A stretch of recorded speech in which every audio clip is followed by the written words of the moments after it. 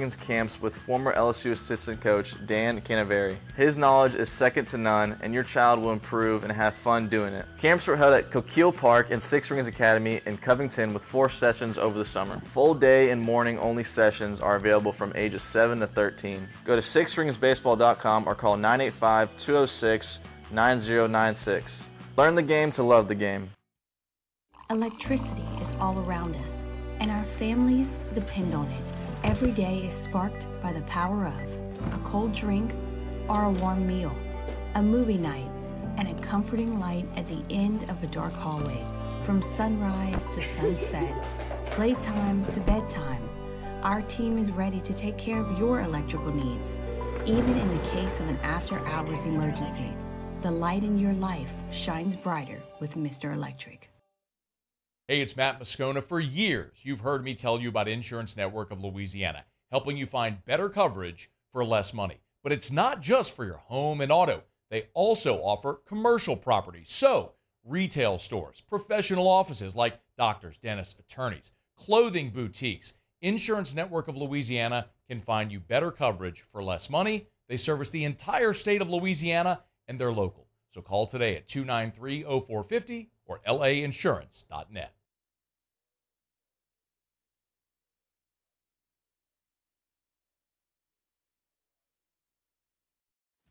Is SportsCenter.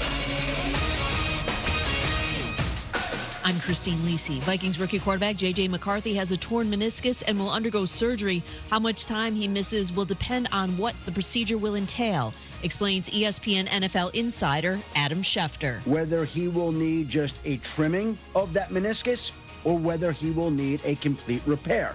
There are 2 very different timelines for each surgery depending on what doctors believe is the best option. With McCarthy out, Sam Darnold is in line to start Week 1. Browns rookie defensive tackle Mike Hall Jr. charged with domestic violence in Ohio after allegedly threatening a woman with a gun last night. He pleaded not guilty and has a hearing scheduled for September 10th. Giants rookie receiver Malik Neighbors, dealing with an ankle injury, believes he will be ready for the regular season opener. Former Michigan coach Jim Harbaugh will no longer serve as honorary captain for the Wolverines' August 31st season opener as he continues to prepare for his first season as head coach of the LA Chargers.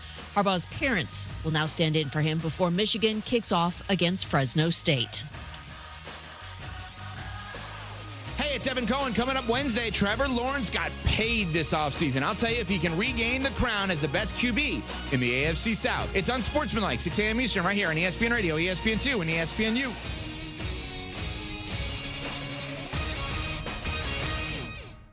Matt Moscona. I'm very important. After further review. Say it one more time. After further review with Matt Moscona. And here we go. Live from the Mercedes-Benz of Baton Rouge Studios. That's right.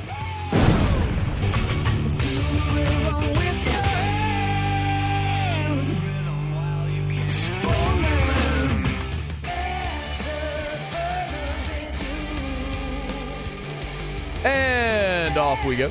Welcome aboard. Glad you're with us. It's AFR, powered by Sunshine, your hometown John Deere dealer in Louisiana. I'm Matt. This is Shaq O'Neal, and I hate Matt. Paul O'Neal. They're chanting Paul O'Neal's name. Yusuf. And Miss Toby Tomplin.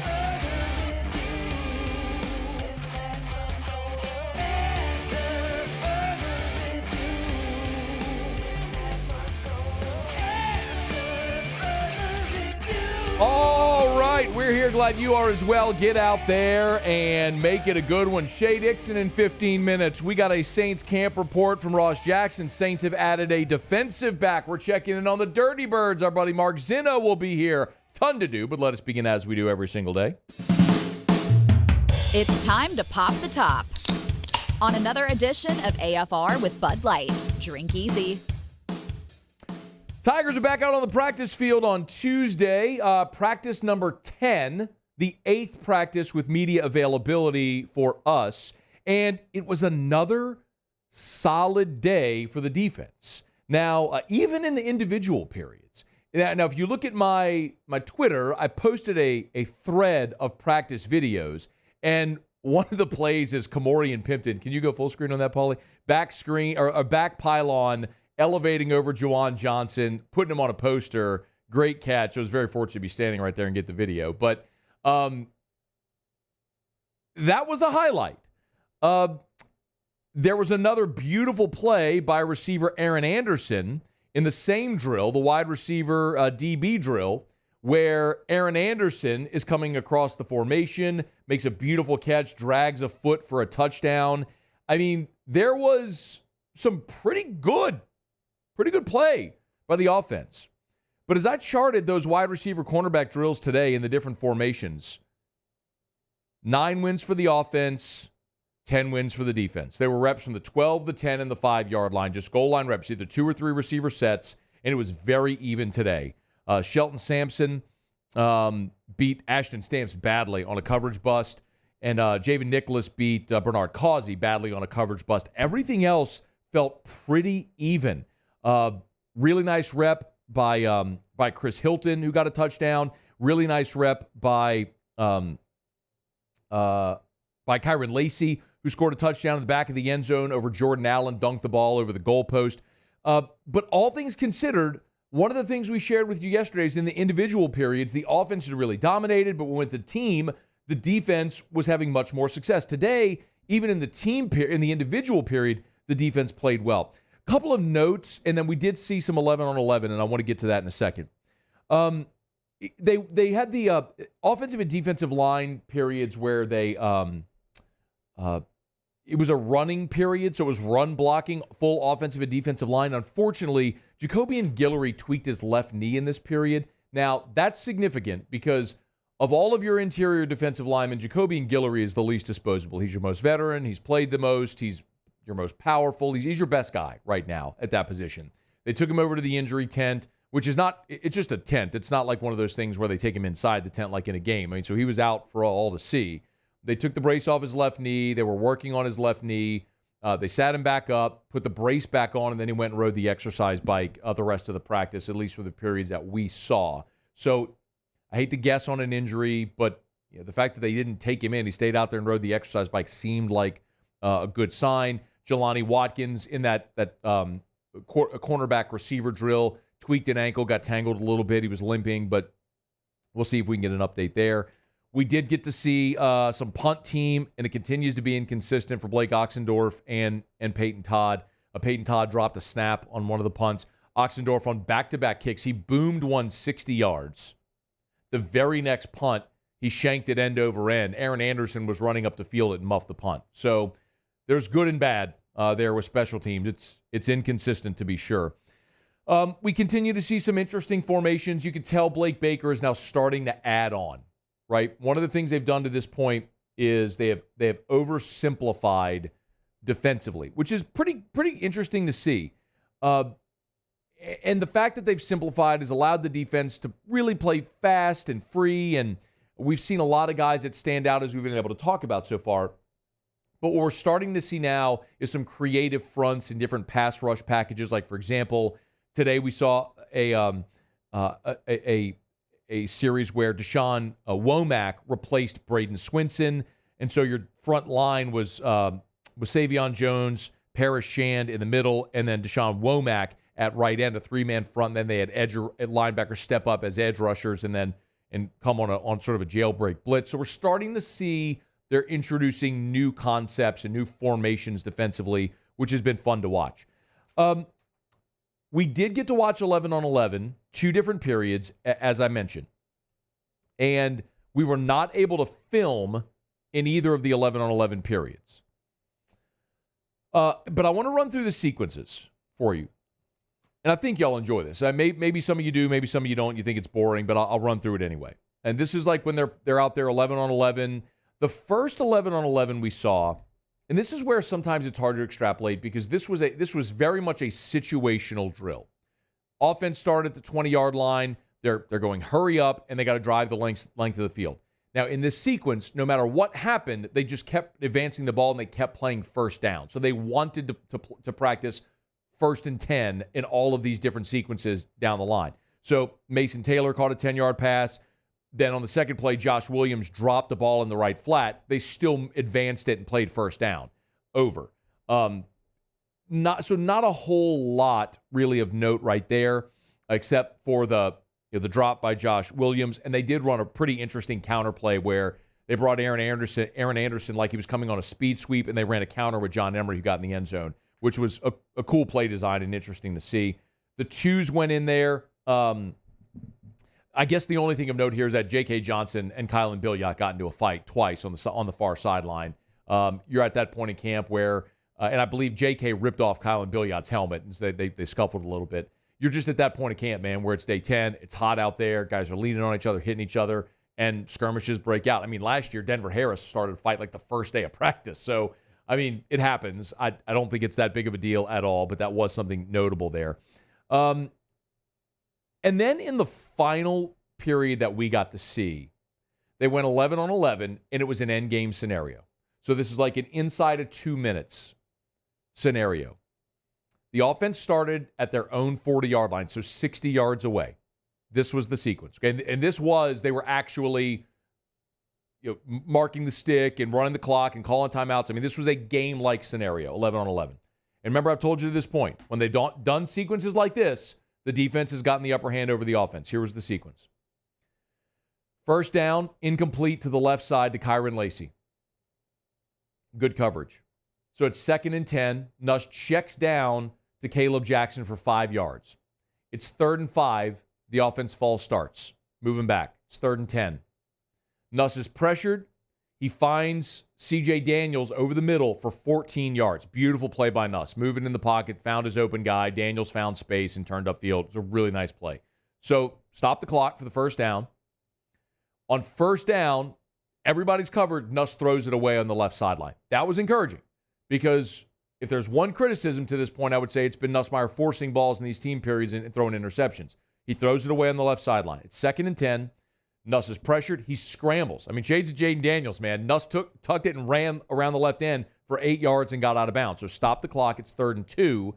And because there was there's maybe 5 seconds left, they line up for a 55-yard field goal. Well, the defense calls a timeout to ice the kicker. So, I mean, they were doing a full-on, game scenario. And so Damian Ramos goes out there to attempt a 55-yarder. Tons of leg, but he misses it wide left. So they get another stop, man. The ones got another stop. Now the twos go out there, and they weren't playing from the 40. The twos are playing from a goal-to-go situation. And it was just they go 3rd and goal, then 4th and goal. That was it. First play, they ran a fade to Trey'Dez Green. It was incomplete.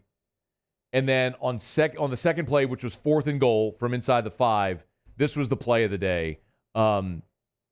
It was A.J. Swan in at quarterback, and he's scrambling, moving around in the pocket, and he fires one to the back of the end zone, and Xavion Thomas out of traffic leaps up, one hand makes the catch on the back line. It was beautiful. I mean, the embarrassment of riches, y'all, for this team at receiver, it's just, I feel like we haven't even talked about Xavion Thomas other than the hamstring injury early in camp.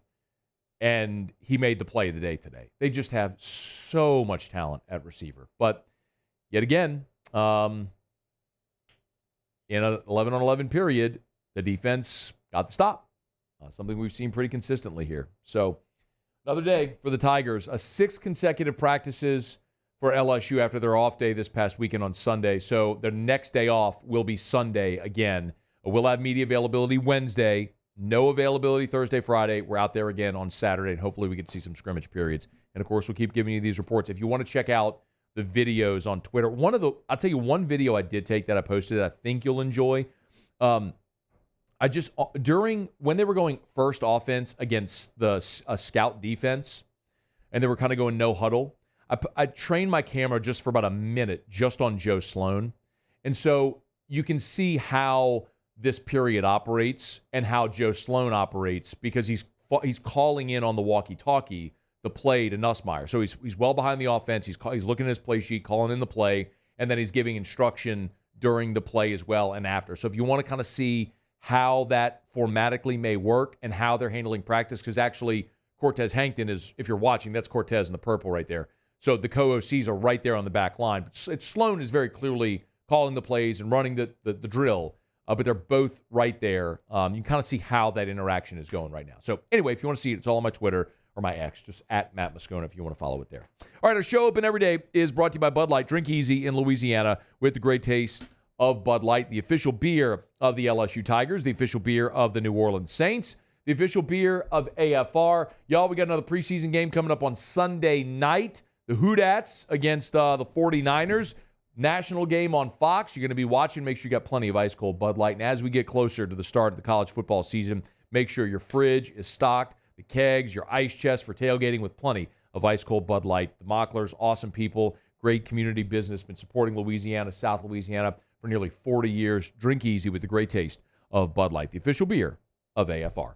Okay, quick break. Shay Dixon joins us next. Tigers got a commitment on Monday night. Shay will tell us about him. 2 more targets set to announce on Saturday. Where are the Tigers looking? Shay will tell us next. It's AFR. AFR. One of the reasons that people love to do business with Glow Resources is that they know how to have fun. And Jareth Nakan has done an amazing job of creating that culture around Glow Resources. Yes, at Glow Resources, they will help you find the employees you need to make your business more efficient.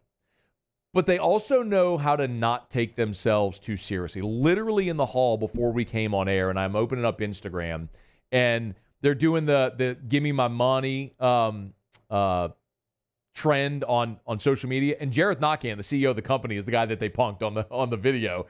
Anyway, if you want to see it, you can see it there on any of their socials. They're Glow Resources, GLO, at Glow Resources on any of their social media. And, of course, glowresources.com. They love to have fun. They're great to work with. But most importantly, at Glow Resources, they get results. They have a 93% retention rate on the employees they hire. Check them out, glowresources.com.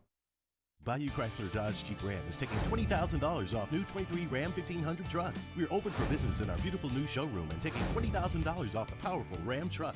All new Bayou vehicles come with a 7-year, 100,000-mile warranty. The crew at Bayou Automotive is going to do right by you.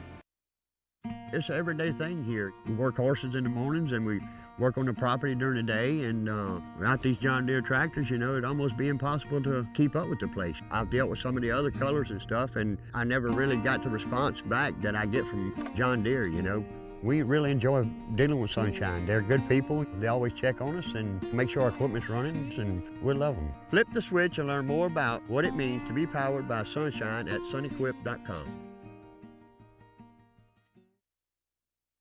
At Relief Windows, we're more than windows. We're windows, doors, hardy plank, and vinyl siding. But our #1 product is always customer satisfaction.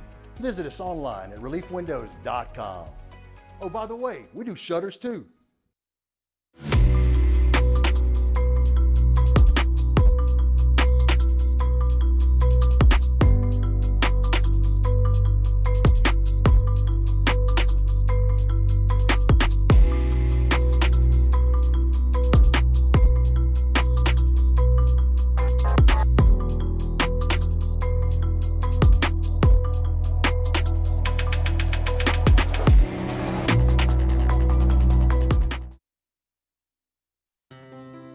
When it comes to ending cancer, we push forward, always working together for you. That's why our cancer experts at Ochsner have clinically integrated with MD Anderson Cancer Center. This means advanced cancer care, including access to life-saving clinical trials and integrating care to treat the whole you. Introducing Ochsner MD Anderson Cancer Center. Long live you. Breck teamed up to reimagine your parks, and you imagined big. With your help, we went to work, creating 12 beautiful community parks across the parish. A family-sized water park, miles and miles of trails, and parks just for your dogs. There are more places to splash, to explore, to run wild, and even soar. You imagined, we delivered. Gold. Breck, your #1 park system in the nation. There it is, the extra mile, on the border of expected and extraordinary for those willing to go further, like vans customized for work or play, with safety and tech to keep you connected. supported by a 5-star sales, service, and finance team, and backed by the 1-star you know. So go the extra mile. It's never crowded because so few have what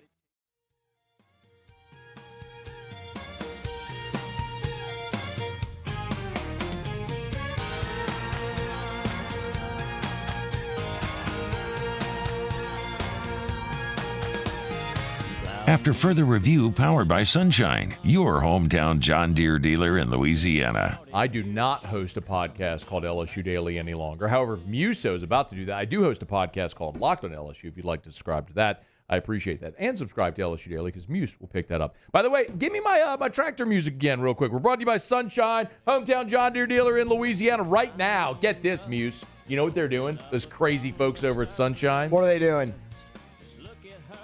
If you buy a 4044 amp, perfect for hunting season, by the way. Okay. They're giving away a free cutter. What? I mean, these people over at Sunshine, they're cray-cray. For free? For free. Love them. Check them out. Sunequip.com. Sunequip.com. All right. It's after further review. Glad you're with us here.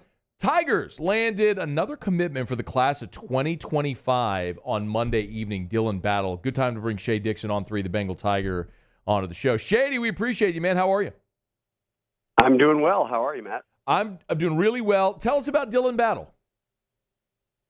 Defensive tackle, 6'3", 300. I guess music to the ears of everyone who said, hey, LSU needs to go out and stack up on D tackles. And look, all spring when we talked about fixing a depth issue at defensive tackle through the portal, it became evident that guys were, demanding, or however you want to put it, looking for NIL opportunities that far outweighed maybe what their talent was. So LSU from the start, like most positions, every position, Matt, is trying to develop this team through high school signees. And this puts them at 3 D-tackle commitments. All 3 of them had ties to Bo Davis before coming to LSU. He recruited them when he was the D-line coach at Texas. So you got 2 on 300 2 on 300 players, meaning ranked inside the top 300 nationally, regardless of position, in back-to-back days, back in June, or I guess July, early July, when they flipped Brandon Brown from Texas, who committed to Bo Davis at Texas, and then got Zion Williams, who we have as a top 100 player, a top 10 D lineman. I think that they're going to end up in that 4 D tackle range, Matt, if not 5, and they got to 3 yesterday with Dylan Battle, who comes out of Mansfield and Arlington, and is a guy that was recruited heavily by Texas when Bo Davis was there, took an OV to LSU this summer, and now before his senior year got the green light, went ahead and shut things down and got on board with the Tigers. So, again, as this new rule is passed, Matt, where 85 is no longer the scholarship limit, it's going over 100 to 105, that you can add more players each cycle, and because of that, you'll see LSU start to add more guys at positions of need, and D tackles may be the most important. Bo Davis gets another one. Yes, I was going to ask if this is one of those that is a take because of the increased roster. It sounds like you answered that. My follow-up then would be, any idea, Shea, where they, numbers-wise, they might land in this class? Because it's not going to be a 25, 26, 27. It can't be if you have to fill 40-some-odd roster spots after this year. Yeah, they said that Brian Kelly, prior to this shift in scholarship spots, said he wanted to sign 25 to 30 high school guys and then be in that 5 to maybe a little more range of transfers, and that would put you kind of in that kind of consistent range of rebuilding 85 with the turnover every year. Now upping it a good number of spots, obviously. Yes, you're going to take more high school guys each cycle. Maybe you do take more portal guys, Matt, but they're at 22 commits right now. I think they're going to get a couple more this month. Let's just call it 24 or 5 by the time senior seasons are rolling. We know the lad guys by signing day. They usually add a guy or two during the year. So I thought this would be between 25 and 27 signees. I think it's going to be closer to 30 now. Okay. He's on Twitter at Shay Dixon, on 3, the Bengal Tiger. Hey, there's a couple of more commitments coming up this weekend. Is it Bryce Fitzgerald? Did I get the name right? You did, yeah. Look at me. Absolutely. Shay, I know. I'm telling you, man. My recruiting chops. We've been doing this a long time, Shay. We have. And I feel like I've gone from like an F to like a solid D. right now on my recruiting knowledge. Can you Oh co-sign? no, you're past. No, you're at a B maybe. You and I just consider myself a good teacher because Charlie Handegriff passed this course too. I never thought I could get both of y'all this far. It's so good. Mike Tyler out of South Carolina, the tight end, and Bryce Fitzgerald. They're both set to announce this weekend. How's LSU feeling about the two guys?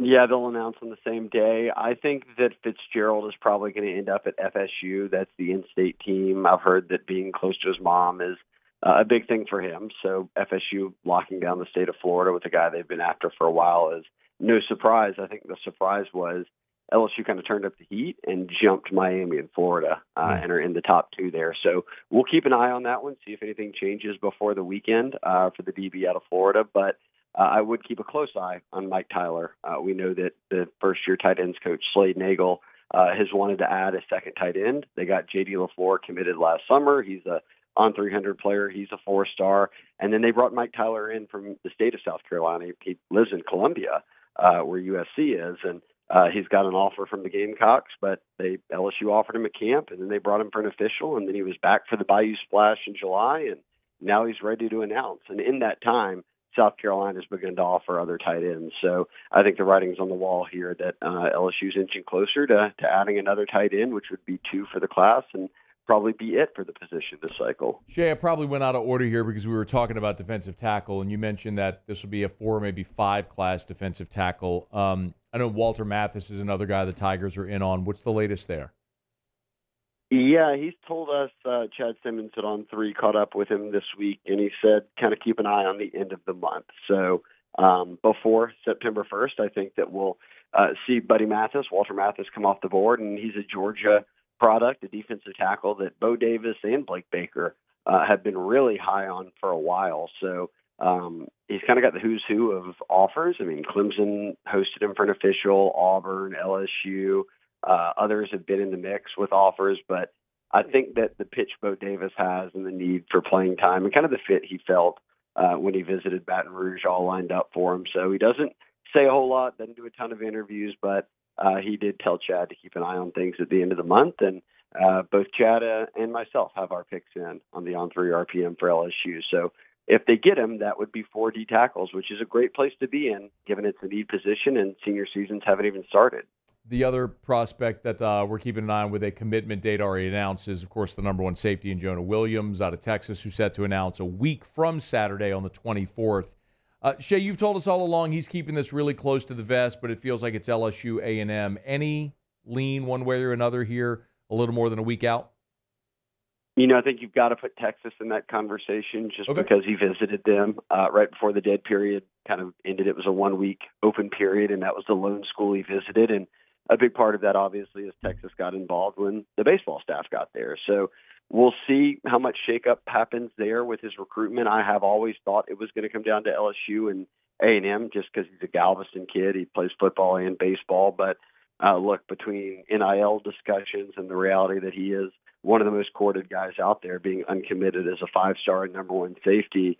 And look, baseball prospect, we can figure out down the road where he fits into a college. But football-wise, I've had people tell me this is a Jamal Adams-type player. So very serious football future if he embraces it. And LSU wants him badly. I will say there have been no new picks made on the On 3 RPM this month. So Jonah is keeping it quiet. I think a lot of people are waiting to see as we get closer to August 24th kind of what starts to leak out in terms of teams in the lead or who might be able to pull it off. But I do think this is one of those that kind of goes down into those final days of discussions with teams. And he might be leaning one way or think he knows something, but enough teams in this mix feel like, hey, we're talking to him every day. We feel good about it.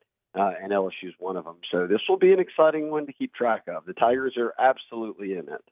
With camp reports, of course, and recruiting never stopping. Great time to go find the content over there at On 3, the Bengal Tiger. He's on Twitter at Shay Dixon. Shay, one other thing that you reminded me of, and I had forgotten this, but like 40%, nearly 40% of LSU's class last year were guys who flipped to LSU. I mean, they've already flipped Brown, the defensive tackle. They flipped Phillip Wright from Michigan. I guess that technically counts as a flip. He was a decommitment that came. Are there other targets out there right now that could be in that pool?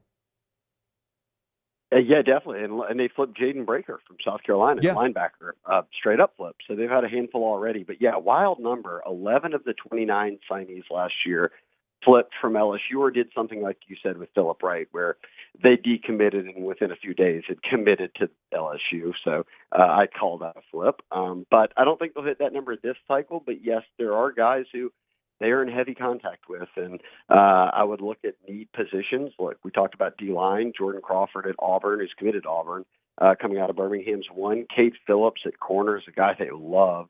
He picked Texas, but they've continued to stay in contact with him as a top priority. And then on offense, it's not as big a need at places, but maybe you watch a guy like C.J. Wiley, Chuck Wiley's son, who he's a legacy recruit to LSU. And remember when he committed, everyone said, okay, it's going to be Georgia or LSU. And he picks Florida State, and no one really saw that one coming. So does that one stick as LSU and Georgia continue to recruit him? I just think with the numbers, Matt, and being able to sign more than, maybe you originally planned, that they're going to go into overdrive on a lot of committed guys. So based off how they did it last year, I wouldn't count it out that they're going to flip some more here before signing day. Shay Dixon on 3 the Bengal Tiger. Again on Twitter, X, at Shay Dixon. Y'all give him a follow. We appreciate it. Thanks, Professor Shay. Thanks for the lesson, as always. Yes, you've passed. Don't need to suck up. I don't need an apple, but you've passed the course. I just said Professor Shay. That's all. There's no sucking up nice here. All right. We appreciate it. Thank you, man. All right, we'll see you next week. All right, that's Shay Dixon. This is After Further Review. Thanks for being here with us. We're brought to you by Evermore. Drink Evermore every day. I'm telling you what, man. Sincerely, being out at practice every day, I'm not complaining. I'm very grateful for the access. But you're just sitting out there in 100-degree heat index every day for 2 hours just baking. Yes, you have to stay hydrated. So I always have plenty of Evermore. You should as well. Available at great local retailers or, of course, online. Evermore.com, EVAMOR, Evermore.com. It's natural artesian water. It's alkaline by nature with a pH of 8.8 to 9.1. Discover a better tasting product. And one thing I always encourage you to do, reach into that cool. You go into the gas station or whatever, you're going to buy a bottle of water. Reach in, or at the grocery store, and you see. Notice how many of the bottled water brands you buy, when you look at the label, say something like minerals added for flavor. How much is added to that water or taken away? You think you're just drinking water. Not the case. This is from a natural artesian well on the North Shore, right there in Covington. The well is on site. It's piped right from the well into the plant. It's bottled, and then it never touches air until you open it. It's Evermore. EVAMOR, Evermore.com, Evermore.com. Don't mind if I do. All right. It's After Further Review. We'll go around the SEC. And also, before this hour is up, the Saints have added a defensive back, little roster move today. Why did they do it? We'll talk about it coming up here shortly. Stick around and stay far. AFR. We're getting close to football season, y'all. What are you going to be doing Friday before LSU football games, LSU home games? Well, I can tell you what the LSU Fighting Tigers are going to be doing. They're going to be at the Renaissance Hotel. The home for the LSU Tigers the night before every home game is where you or your family members could stay when they're coming into town. Easy. Right there on Bluebonnet. Easy access to I-10. Convenient to everything. Gorgeous, palatial hotel. And, of course, whatever event you want to host, they can host you there at the Renaissance Hotel. If they can host the entire LSU football program, coaches, staff, support staff, everybody, players, everybody, meeting rooms, position meeting rooms, team dining meals, all of it, whatever event you're trying to host, they can accommodate you. It's the Renaissance Hotel right there on Bluebonnet. Check them out, the Renaissance Hotel. Bayou Ford has the new inventory to get you in a new Ford truck or SUV today, or customize your next vehicle just the way you want it. All new Bayou Ford vehicles come with a 1 million mile powertrain warranty. The crew at Bayou Ford is going to do right by you. Gulf Coast Bank & Trust is giving our customers the power to bank anywhere, anytime during this challenging event.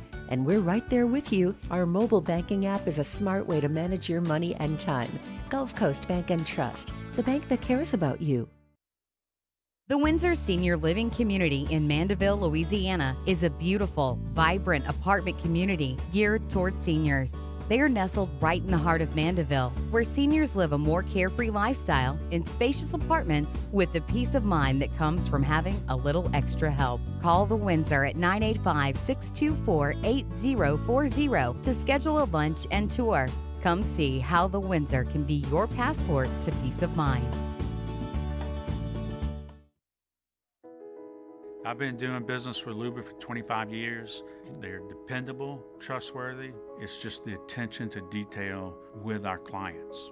Our folks have years and years of experience. They're highly trained professionals, but many companies have that asset. What I'd like to think makes Luba a bit different is that we use those talents in a way that truly is dedicated to serving the needs of the folks who depend on us. Gulf Coast Office Products is a nationally recognized Savin office equipment dealer based right here in Louisiana. Over 100 employees strong, Gulf Coast has the boots on the ground to support all vertical markets from education, engineering, legal, and finance. With the latest in office technology from desktop to production segment units, Gulf Coast and Savin have the perfect fit for you. Call 225-756-2644. That's 756-2644 for Gulf Coast Office Products. Jerry and Benny Payne began Central Plumbing Company out of their driveway in Tanglewood Subdivision. 50 years later and 4 generations down the road, we continue to serve Baton Rouge and the surrounding areas for all of their plumbing needs. Residential, commercial, industrial, or hospitality, Central Plumbing is here 24/7, 365. We want to thank our customers, family, and friends for 50 years of success. And looking forward to 50 more. Farming is a way of life for us. It's not something we get up in the morning and dread going do. It's just something we go to bed at night looking forward to getting up to go do. John Deere equipment is what we as farmers strive to have. It's in your blood, it's in your veins. It's just a part of who you are. Green is what we want to be in. The other tractors were acquired to patch it up to get to where you want to be, where we want to be.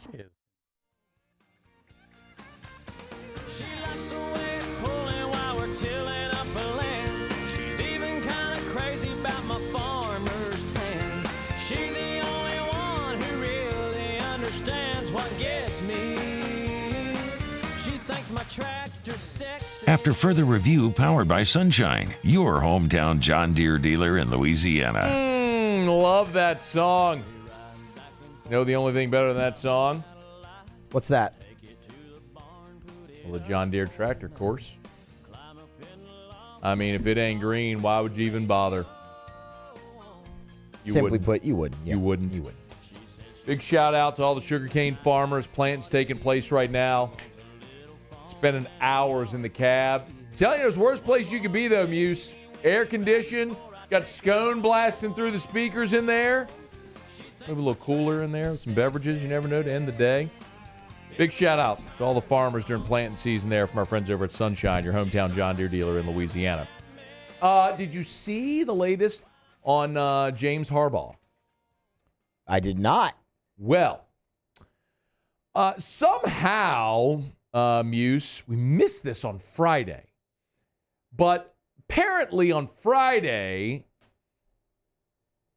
Michigan announced that Jim Harbaugh was going to return to Michigan for a day for their season opener and be the honorary captain. Now, mind you, this news came after the NCAA hit Harbaugh with a show cause. So basically, NCAA hammers Jim Harbaugh. Michigan says, I tell you what we're going to do. Season opener, we're bringing Harbaugh back on the field. Honorary captain. Take your victory lap. Get your round of applause. Really like that idea. Yeah, I was about to say, I love that. I think that's fantastic. Big middle finger to the NCAA is what that was. Timing of it and all. Basically, everything. Oh, show cause? Oh, really? Hey, we're gonna parade him out there after you just vilified him. We're gonna parade him out there with adulation and praise and cheers, even though you were basically painting him as a criminal. Wasn't it just like some food or something that he got? By the way, the show cause, that has nothing to do with the Connor Stallion stuff. Yeah, it's not even the science. This is from recruiting violations from years prior. That's what this whole thing is from. And so they gave him a show cause. It's like if they gave you a life sentence for a speeding ticket. That's basically what happened here, because they knew he was leaving, he's never coming back, so they could do whatever they want. And so Michigan, in turn, did something equally ridiculous. Well, today we find out that Jim Harbaugh is not going to be at Michigan's opener. He told reporters, Sharon Moore told reporters in Ann Arbor that Harbaugh won't be joining him for the game, that Harbaugh told him he wants to focus on the Chargers. That's what he wants to do. I don't know if I'm buying that. No. I think somebody got to Harbaugh through back channels. This will resonate to our audience, because if you're listening to the show, chances are you are an LSU fan. That's just odds are. Or you are intimately familiar with the goings-on surrounding LSU. The years-long process that played out surrounding the Will Wade investigation is your case in point. The NCAA was going to get their pound of flesh, period. That was going to happen. It was always going to happen. They had made it as such, and that was just unavoidable at that point. And I would bet dollars to donuts that maybe in some, let's call them non-traditional means, either Jim Harbaugh, Sharon Moore, the powers that be at Michigan, were told through NCAA channels, hey, the Connor Stallion stuff isn't over. Might not be a great idea to bring your boy Harbaugh back week 1 and parade him out there like a hero. Might want to rethink that decision. I don't have this written down anywhere. I don't know this definitively, but I know how the NCAA works. And this reeks of the NCAA saying, oh, you're going to show us up? Well, let us flex what little power we have, because we're still judge, jury, and executioner, and you still got that little Connor Stallions thing floating out there. If we see Harbaugh at the opener, death to you all! Or maybe that's not literally what they said. It could have been. It wouldn't surprise me. Yeah. All right, it's after further review. We're brought to you by First South Farm Credit, firstsouthland.com, firstsouthland.com. If you are thinking of buying land, your first call should be to First South Farm Credit, because since 1916, First South Farm Credit has done one thing. They've helped Louisianians buy land. It's that simple. If you need a roof, you call a roofer. If you got clogged pipes, you need a plumber. If you want to buy land, you call First South Farm Credit. Your first call should be to First South Farm Credit. FirstSouthland.com, FirstSouthland.com. They're not just agriculture. And, of course, every farmer in the state knows about First South Farm Credit. But maybe you're looking to buy that hunting property. This, right now, is the best time. You want to go prep those summer food plots. You want to bring the deer in now. You want to build that deer stand now. You don't want to do it right before hunting season. So this is the time to contact our friends at First South Farm Credit. FirstSouthland.com, FirstSouthland.com. They have branches in Louisiana, Mississippi, Alabama, and they can help you buy land in any of the contiguous 40 states. So if you want to buy hunting property in Texas or Mississippi, or you want the 20 acres to build your family's dream home in Covington, they can help you do it at First South Farm Credit. FirstSouthland.com. That's FirstSouthland.com. All right. Let's go around the SEC. Hit it, Muse. Around the SEC, bringing you the biggest news from the nation's best conference. Texas A&M! Disappointing news here for Texas A&M running back Reuben Owens. He has suffered a season-ending injury. It was a lower body injury in a scrimmage on Saturday. Expected to miss the season. Owens, you might remember last year, was SEC All-Freshman. Ran for 385 and 3 scores a year ago. Also had 12 catches for 109. His all-purpose yardage led all true freshmen in the SEC a year ago. Aggies still have some depth there. They got at Stanford running back E.J. Smith, the son of Emmitt Smith, NFL legend during the offseason. So they got some depth, but they lost one of their key contributors. The Texas Longhorns. Texas has lost another running back. Christian Clark was injured Monday at practice. On Three's Inside Texas was the first to report it. Clark's true freshman was expected to have a bigger role when C.J. Baxter went down with a season-ending injury last week. Clark's from Phoenix, 4-star prospect. That running back depth in Austin running thin now with C.J. Baxter and Christian Clark done for the year. The Florida Gators. Injuries mount. Florida nose tackle Jamari Lyons is going to miss the season with a broken ankle. Suffered in the Gators' first scrimmage on Saturday. He'll miss the entire season. Lyons entering his third year with the Gators, played in all 12 games a year ago with 20 tackles. He did start one and was expected to be a consistent starter this year, serving as the primary backup to senior nose tackle Cam Johnson, and also playing on the interior. The Georgia Bulldogs. And on 3 top 100 defensive lineman Christian Garrett has decommitted from Georgia, according to Hayes Fawcett, because Hayes Fawcett has all the news because all the kids tell him to make their graphics for him. What a story. I need to get Hayes Fawcett back on the show. It's been too long. What a fascinating dude. Louisiana kid. Fascinating dude.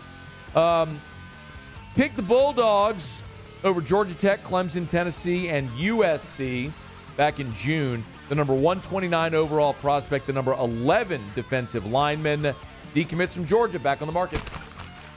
All right, there you have it. That is around the SEC. We're glad to have you hanging out with us here. Tuesday shows are powered by Sunshine, your hometown John Deere dealer in Louisiana. We'll knock out a quick break, wrap up hour number 1 when we come back. The New Orleans Saints have added a defensive back today. We'll tell you who and why. It's AFR. AFR. Man, I was just telling you a minute ago about First South Farm Credit, how it's time to put out those food plots right now if you're a deer hunter. Well, guess what? Clegg's Nursery got buckbusters already. Mo Bucks deer corn on the way. If you're a deer hunter, you better go see our friends over at Clegg's. Any of the 4 locations in the greater Baton Rouge area, Siegen near Airline, LA 16 in Denham, Mid-City on Donmore, and the Garden Center on Greenwell Springs. It is time, y'all. They're already starting to get the fall bedding plants in. It's a beautiful time of year.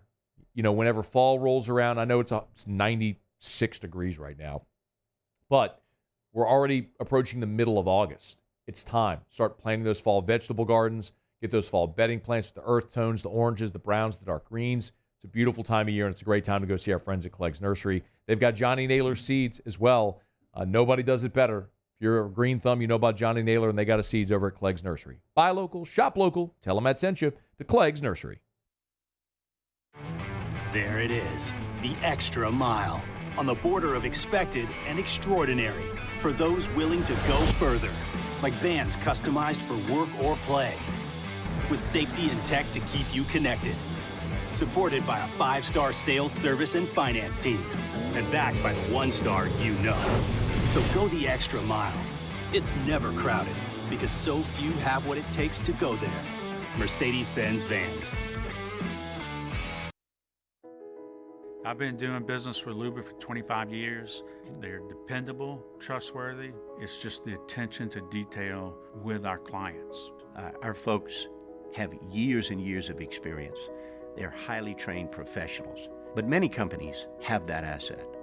What I'd like to think makes Luba a bit different is that we use those talents in a way that truly is dedicated to serving the needs of the folks who depend on us.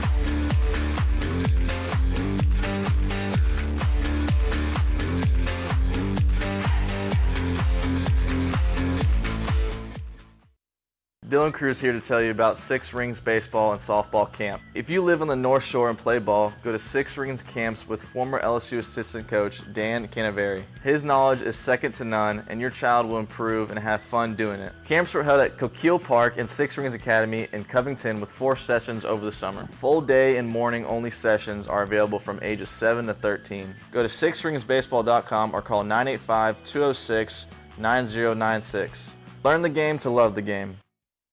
Electricity is all around us, and our families depend on it. Every day is sparked by the power of a cold drink or a warm meal, a movie night, and a comforting light at the end of a dark hallway.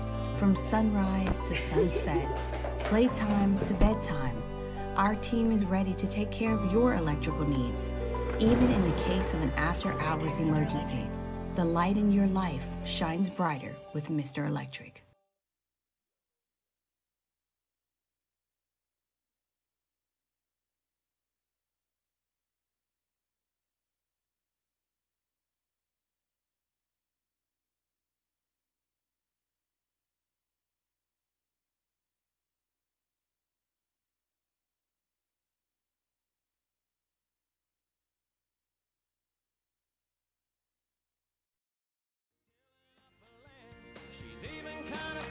about my farmer's tan. She's the only one who really understands what gets me. She thinks my tractor's sexy. After further review, powered by Sunshine, your hometown John Deere dealer in Louisiana. Saints added a cornerback on Tuesday, Caleb Ford Dement, undrafted rookie free agent. The corresponding move is they waived fullback Xander Horvath. So Caleb Ford Dement bounced around throughout his college career, started at Kilgore College, then he's from Texas, went to Kilgore College, then went to Old Dominion, then Washington State, then Texas State, then an undrafted rookie free agent, was with the Patriots, and then, let's see, he signed with the Patriots, was released by the Patriots, he's with somebody else too, and I can't find it now. Anyway, so I don't know necessarily, Seahawks, thank you. I don't know necessarily that this is a guy with any chance of making this team. You are really set at corner. I don't know what else to say. I mean, you've got Kool-Aid McKinstry, Marshawn Lattimore, Paulson Adebo, Alante Taylor. Like, that's one spot where you are set with your starters. Maybe what you're trying to do is cultivate a little competition for the backups, and maybe with injuries to your starters right now, it might make sense to add a little depth right there. Rico Payton, if you look at PFF, Rico Payton was the highest graded Saints player from the first preseason game. Rico Payton, Rajon Wright, Shamar Jean-Charles were all out there for the preseason. So now you add just some cornerback depth. And we'll see, man. Maybe a guy like Caleb Ford Dement can get out there and make some plays, and maybe a practice squad guy. We'll see. But you know one thing that caught my eye, Muse? What is the one thing that Saints management just absolutely adores when it comes to draft and when it comes to looking at free agent? What's that thing they love? Ohio State? Well, yes, but what would Ohio State players then and others have in common that the Saints just love? Oh, God. What is it? No, I can't think of it on the grade. What is it? I can't think of it now. The relative athletic score. It is the relative athletic score. There we go. He's got a relative athletic score of 9.00. My goodness, they found themselves a guy. He sounds like a New Orleans Saint already, doesn't he?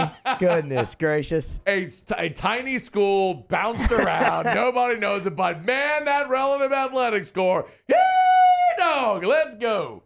All right. By the way, the significant news, honestly, on Tuesday was A.T. Perry left practice with an injury with trainers. After practice, here was Dennis Allen. Good pull. I thought you were gonna fumble and you're just gonna lose it, Buse. But you found a way. Yeah. You found a way to get on that straight and narrow and find it. You pulled it out there, straight just from the bottom of the ocean. A.T. Perry. Here was DA on A.T. Perry's injury. We saw A.T. Perry walking up under his own power. Does that suggest that it's not like a significant ankle? You know what? I just know it's an ankle. That's all I really know. So A.T. Perry with an ankle injury. Obviously, that's disappointing. We'll find out more when we find out more. The disappointing part with A.T. Perry is, look, he was your best offensive player in the preseason game, the win against Arizona. And one of the talking points we've had all throughout this camp is, okay, you've got Olave Shaheed. Who else? Who else is there? Well, A.T. Perry showed up in a big way on Saturday in that preseason game, and you'd love to see him build on that this week against San Francisco and then in the final preseason game as well. And it remains to be seen if we'll actually get the opportunity to see that and see him keep developing. So Dennis Allen said he wants more consistency out of A.T. Perry. He's got a long way to go to make the team. Took a big step this past weekend, and now, unfortunately, an awkward step, a turned ankle, and we'll see how severe it is. We'll keep you up to date as we know more. All right, it's after further review. A very, very prominent college football stadium is getting a naming rights deal. I'll get to that here in just a quick second, but I love telling you about Lee Michaels Fine Jewelry, lmfj.com, or just walk in. You know, one of the things that I love to tell you about Lee Michaels is because they are so personable, and they've been around for 40 years. When you go to Lee Michaels, they give you a personal experience. Don't be nervous. Don't be intimidated walking into Lee Michaels. If you want to walk in and try on 1,000 different rings, you can. And they're going to be patient with you, and you walk through the whole process because it should be an experience. You want to learn? You can learn about diamonds and not feel pressured to buy when you walk into Lee Michaels. They have more industry-educated associates throughout the state than anyone else. it's Lee Michaels Fine Jewelry. Listen, there's giant box stores, and then there's local jewelers. Lee Michaels is that sweet spot. You're going to get the personal experience that maybe you don't get at the giant box store, but they're going to give you a better selection and pricing because they do more business than the small jeweler. And at Lee Michaels, they allow returns. They don't want to keep your money if she doesn't love it. It's Lee Michaels Fine Jewelry. LMFJ.com, LMFJ.com for Lee Michaels Fine Jewelry. The Tennessee Volunteers have reached a deal for the naming rights of Neyland Stadium. But it's not exactly what you might think. Pilot, of course, Jimmy Haslam, who is a Tennessee alum and is the owner, chairman, former CEO, current chairman of Pilot, the gas stations, the truck stops, Pilot. Well, Neyland Stadium is now going to be known as Neyland Stadium, home of the Vols, preserved by Pilot. And I would actually give a tremendous hat tip to both Pilot and the Tennessee Volunteers for this idea. I don't know if you could see it in this picture. I'm going to zoom in, Paulie. Just keep it there. Up on the press box, you can see where it says Home of the Vols, and they've got the Pilot logo up there on the press box now as well. There will be a Pilot logo on the field as well at Neyland Stadium. So Pilot is going to get tremendous run out of this. But it's structured pretty brilliantly to where they're going to get all the run that you would want. I mean, their logo is going to be on the stadium, on the field, on everything, in the name. But they actually come across as a hero because they get in the way they word it. They're preserving Neyland Stadium. Maybe more will follow. Heck of a job there by Tennessee and by Pilot. Hour 2, next. AFR. AFR is brought to you by the Williamson Eye Center, 924-2020, 924-2020, or WilliamsonEye.com. That's Williamson, EYE.com. Hey, big shout out to Dr. Blake Williamson, man. I was texting with him on Friday, and I tell you all the time how Dr. Blake Williamson's on the cutting edge, the foremost front of ophthalmology. He goes all over the country and all over the world lecturing. He sent me this. He was at Willis Eye Hospital, which has been in operation since 1834, the first U.S. medical facility dedicated to the treatment of eyes, trained the first residents in ophthalmology. And Dr. Blake had to go there this past week and tour and speak there as an invited surgeon. It just goes to show and underscore the quality that you get right here at the Williamson Eye Center. They're just the best. WilliamsonEye.com. Bayou Ford has the new inventory to get you in a new Ford truck or SUV today, or customize your next vehicle just the way you want it. All new Bayou Ford vehicles come with a 1 million mile powertrain warranty. The crew at Bayou Ford is going to do right by you. It's an everyday thing here. We work horses in the mornings and we work on the property during the day, and without these John Deere tractors, it'd almost be impossible to keep up with the place. I've dealt with some of the other colors and stuff, and I never really got the response back that I get from John Deere, We really enjoy dealing with Sunshine. They're good people. They always check on us and make sure our equipment's running, and we love them. Flip the switch and learn more about what it means to be powered by Sunshine at sunequip.com. Gulf Coast Bank and Trust is giving our customers the power to bank anywhere, anytime during this challenging event. And we're right there with you. Our mobile banking app is a smart way to manage your money and time.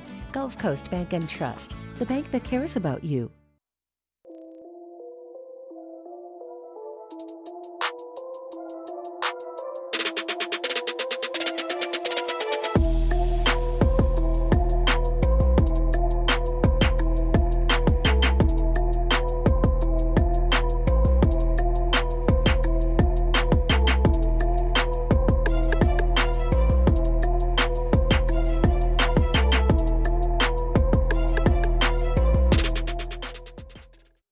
Hey, it's Matt Moscona. For years, you've heard me tell you about Insurance Network of Louisiana, helping you find better coverage for less money. But it's not just for your home and auto. They also offer commercial properties. So, retail stores, professional offices like doctors, dentists, attorneys, clothing boutiques. Insurance Network of Louisiana can find you better coverage for less money. They service the entire state of Louisiana, and they're local. So call today at 293-0450 or lainsurance.net.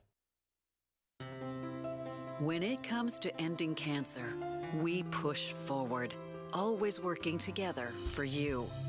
That's why our cancer experts at Ochsner have clinically integrated with MD Anderson Cancer Center. This means advanced cancer care, including access to life-saving clinical trials and integrating care to treat the whole you. Introducing Ochsner MD Anderson Cancer Center. Long live you. BRAC teamed up to reimagine your parks, and you imagined big. With your help, we went to work, creating 12 beautiful community parks across the parish. A family-sized water park, miles and miles of trails, and parks just for your dogs. There are more places to splash, to explore, to run wild, and even soar. You imagined, we delivered. Gold. BRAC, your #1 park system in the nation.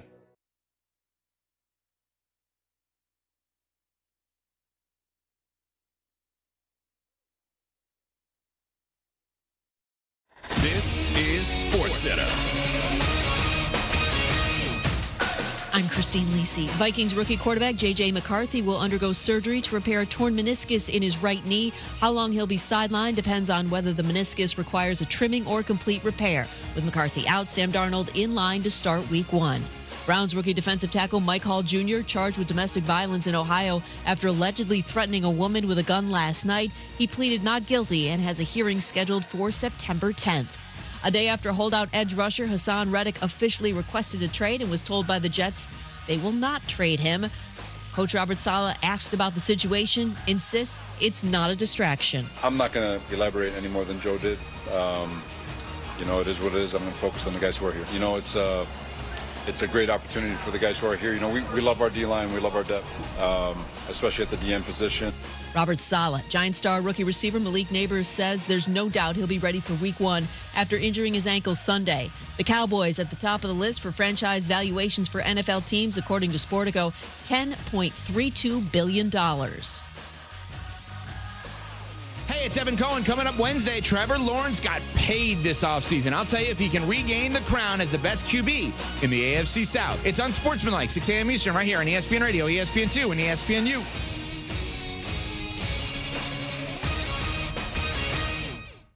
Matt Moscona. I'm very important. After further review. Say it one more time. After further review with Matt Moscona. And here we go. Live from the Mercedes-Benz of Baton Rouge Studios. Let's ride.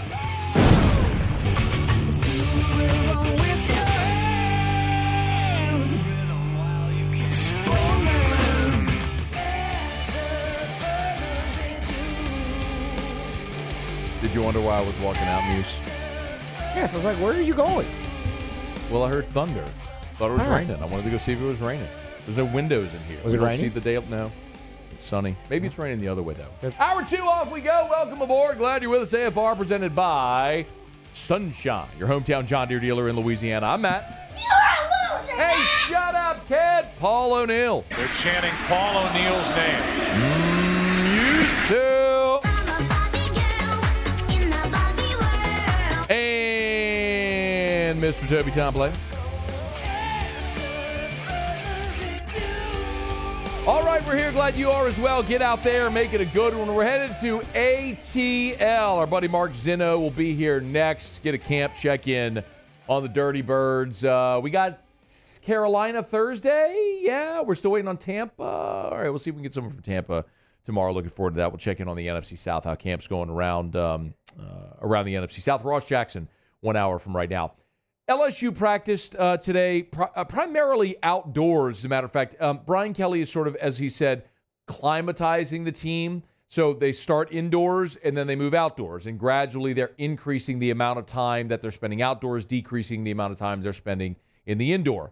And we were out there today, the 10th practice of fall camp, the 8th media availability that we've seen. This was the second of 6 consecutive days for LSU. And my contention has been, and I shared it with you yesterday, as far as this defense goes, the whole is greater than the sum of the parts. If you line up every LSU player on offense, every LSU player on defense, 1-for-1, the offense is going to win because they got more talent. But when the defense as a whole has been out there, they've been quite good. Not good by their standard, good. Today in the 11-on-11 period, Tuesday in the 11-on-11 period, it was an inside of 2-minute type drive, and they forced a 55-yard field goal attempt from Damian Ramos that he had plenty of leg on and missed to the left, so they got to stop. Now, can you get a dozen stops in a game or 8 stops in a game? I don't know. That remains to be seen.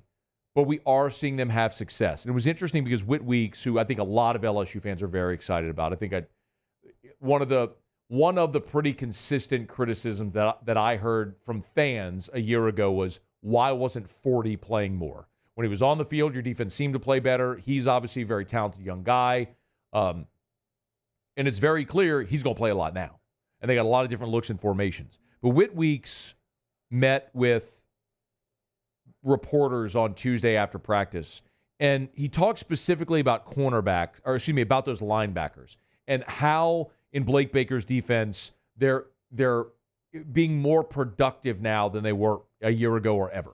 You know, we get to fly around now. We get to play fast, a lot faster than we've been able to play. So now that we can play fast, we're making way more plays than we've ever made, I feel like. And then just blitzing is, that's what you want to do playing linebacker. You want to be aggressive and go get sacks on the quarterback, so your stats will look a lot better. He's not wrong. Told you the 11-on-11. We've seen Harold Perkins come up with a sack with a TFL.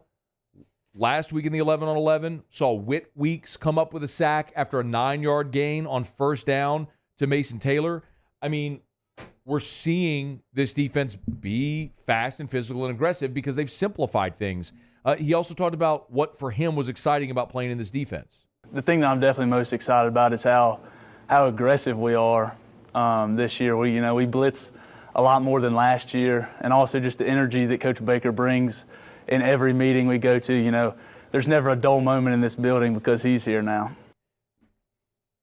I mean, I don't want to, dance on Matt House's grave. I'm not, it's this old saying, you don't want to speak ill of the dead. Matt House is very much alive, but I think you understand the expression. And I think sometimes it's easy to criticize because the guy's no longer here. But listen to that player. Can you play that again? Put through the context of a guy that was here last year when they were terrible. And you have a new defensive coordinator now, and how different. Just listen to that again with context. The thing that I'm definitely most excited about is how aggressive we are this year. We blitz a lot more than last year, and also just the energy that Coach Baker brings in every meeting we go to. There's never a dull moment in this building because he's here now. There's never a dull moment. The energy. This is the guy we told you the other day on the incomplete pass. The ball went into his hands. He dropped and he dropped and did push-ups, and the whole defense is going crazy. Today, I told you about that 11-on-11 period. 11-on-11 today, the defense forces a 55-yard field goal attempt from Damian Ramos. All of the defensive players, so offense is on one sideline, defense is on the other, all of the defensive players are yelling and clapping their hands trying to distract the kicker. There's only 50 guys. It's not 50,000. It's 50 guys. And they're yelling. They're into it. It is different. I'm not telling you that's going to make them awesome on defense, but he's right. You can tell the energy is different. It's invigorating. That doesn't mean they're going to be great because everybody's energetic, but sometimes you can maximize players when there's more buy-in. There's more buy-in here. That much is very, very evident. I was also interested because they asked Whit Weeks about the corners, and he brought up Ashton Stamps. Definitely. He's definitely cornerback one in my eyes. He's made some spectacular plays this camp. Which, you look at it and you're like, going into USC, you're like, that's the dude that I want out there on the field. I'm glad he brought up Stamps. And Stamps was a guy who played a year ago a lot as a freshman, and he took his lumps. And after the season, Ashton Stamps talked about how he was playing basically on one leg. And that could have seemed like a cop-out. I don't know. I don't know. I cannot tell you I know Ashton Stamps or have had deep conversations or anything like that. But I have no reason not to believe him. They were in a bad way last year all the way around. But you saw at times flashes. He was a young guy who got a lot of experience. So the question was, how could he develop from year to year? And Whit Weeks said Stamps he's made plays, and he has. I've charted 2 interceptions of Ashton Stamps of Garrett Nussmeier in team periods. One was the first day when they were running 7-on-7. Nuss was throwing deep left corner for Mason Taylor. Stamps undercut the route, got a pick. Another was a 2-minute drill where Nuss led the team right down the field. They get in a goal-to-go situation, and Stamps jumped the route and intercepted it right at the goal line. I mean, Stamps has played very well in this fall camp, and I agree that I think he is their CB1. And I'm most interested that if Zy Alexander comes back healthy, does Zy Alexander play corner again? Because if you have Zy Alexander, Ashton Stamps, and those are your best corners, then you can move Sage Ryan back to safety, which I think is his natural position. And I think Sage Ryan's a better option at safety than Jordan Allen. So that might be your best look at defense if you can get there. Now, for what it's worth, Stamps spoke with the media on Monday, and he kind of talked about his freshman year and playing as a freshman and how that helped him. 4 starts is actually, like, in the SEC, that's a lot of games, like 4 starts. So most of them, majority of them was SEC games, so just being able to feel that presence, feel the atmosphere, seeing how fast the game go, is like, you know, the second year should be way easier for me. Like, I got a lot of confidence going into this season, like, different from last year, but it's not about last year, it's just about this year and focusing on the next couple of practices to get us ready for the season. The other part, just like Whit Weeks was talking about learning under Blake Baker, now Ashton Stamps is learning under Corey Raymond. I think this is relevant because, and we got to talk, look, I mean, all the defensive linemen, when we talk to them, it's talking about Bo Davis, and then you've got, and quite honestly, Jake Olson working with the safeties has been pretty impressive. When I'd spent a lot of time watching the defensive backs today. Watching Jake Olson work with the safeties is interesting. But here was Stamps on what he's learned from Corey Raymond. Corey Raymond, he's attention to detail with every little thing, like just 1 inch. Like, if I mess up on 1 inch of a step, even if I get a good play, I might get an interception. He's gonna make it seem like it's the worst play ever, But that's what I like about him. He pushes you hard no matter what. You know the other 2 guys that are like that? Bo Davis and Brad Davis. I was talking to Hunt today when they were doing the offensive-defensive line drills. Like, and Hunt said something to the effect of he's like, it doesn't matter what the play is. Bo Davis and Brad Davis think every rep is the worst rep they've ever seen. And it's interesting because you do have that dynamic of, like, when do you tear him down, when do you lift him up, and that's when coaches are really good, when they know how to balance that. And Corey Raymond's the same way. And one more, because Ashton Stamps talked about, how you heard him say, even if I get an interception, if I had one step the wrong way, is going to make you feel like it was the worst rep ever. He kind of gave an example of how Corey Raymond coaches the little things. So, for example, the play might go to the opposite side of the field, and, I might get beat deep on the go route, but they don't throw it. The quarterback don't see it. So he's like, what if the quarterback does throw it? Like, that's a touchdown. Like, that's not good. So it's just little things like that. That really helped me. That's really helping me going into the season because, you just got to be perfect with everything. Like, everything, you're not going to be perfect, but their mindset is to be perfect. Man, they're maturing. It's hard not to like what you see from the defense. And every time I say that, and I get it. Like, I know one of 2 things are likely to happen. Either you're going to hear that and Scone said they're going to be awesome. No. Or it's Scone's a homer. You know that I'm not that either. But it is encouraging. Like, it was so, y'all know this. Y'all watched every game like I did. It was awful. It was so hard to watch last year. I mean, to the point where when it's to the point where you're that bad, it's comical. Like, you're watching the game and you're making jokes about it. Like, we were at Don Juan, the week they brought Pete Jenkins back was the Missouri game after the Ole Miss debacle. We're at Don Juan, me and T-Bob, for whiskey and wine, and they're in the second. Every time, it could have been the most routine run stop. The whole bar is going, Pete. They're chanting Pete Jenkins. The whole bar is chanting Pete Jenkins. And Pete Jenkins is awesome. That's not the point. The point is, like, people were making jokes about how bad they were.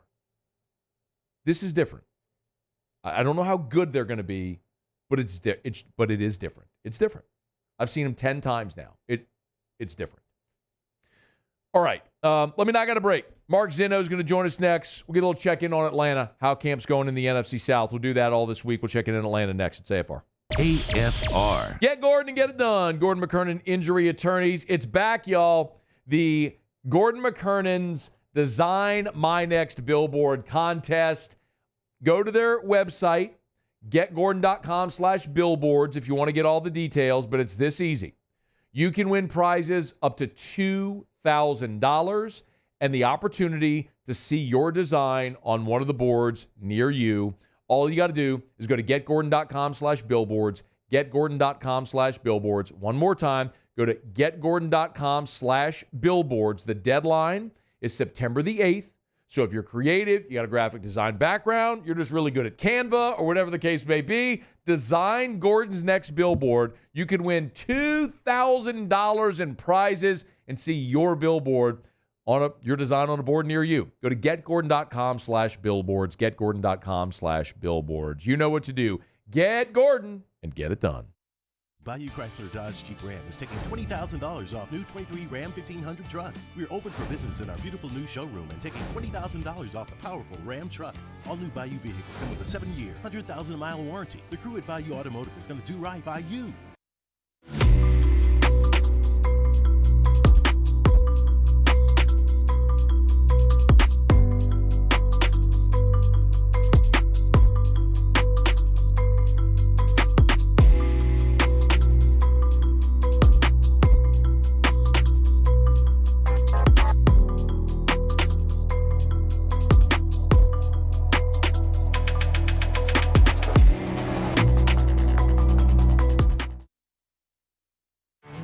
There it is, the extra mile, on the border of expected and extraordinary, for those willing to go further, like vans customized for work or play, with safety and tech to keep you connected, supported by a 5-star sales, service, and finance team, and backed by the 1-star you know. So go the extra mile. It's never crowded, because so few have what it takes to go there. Mercedes-Benz Vans.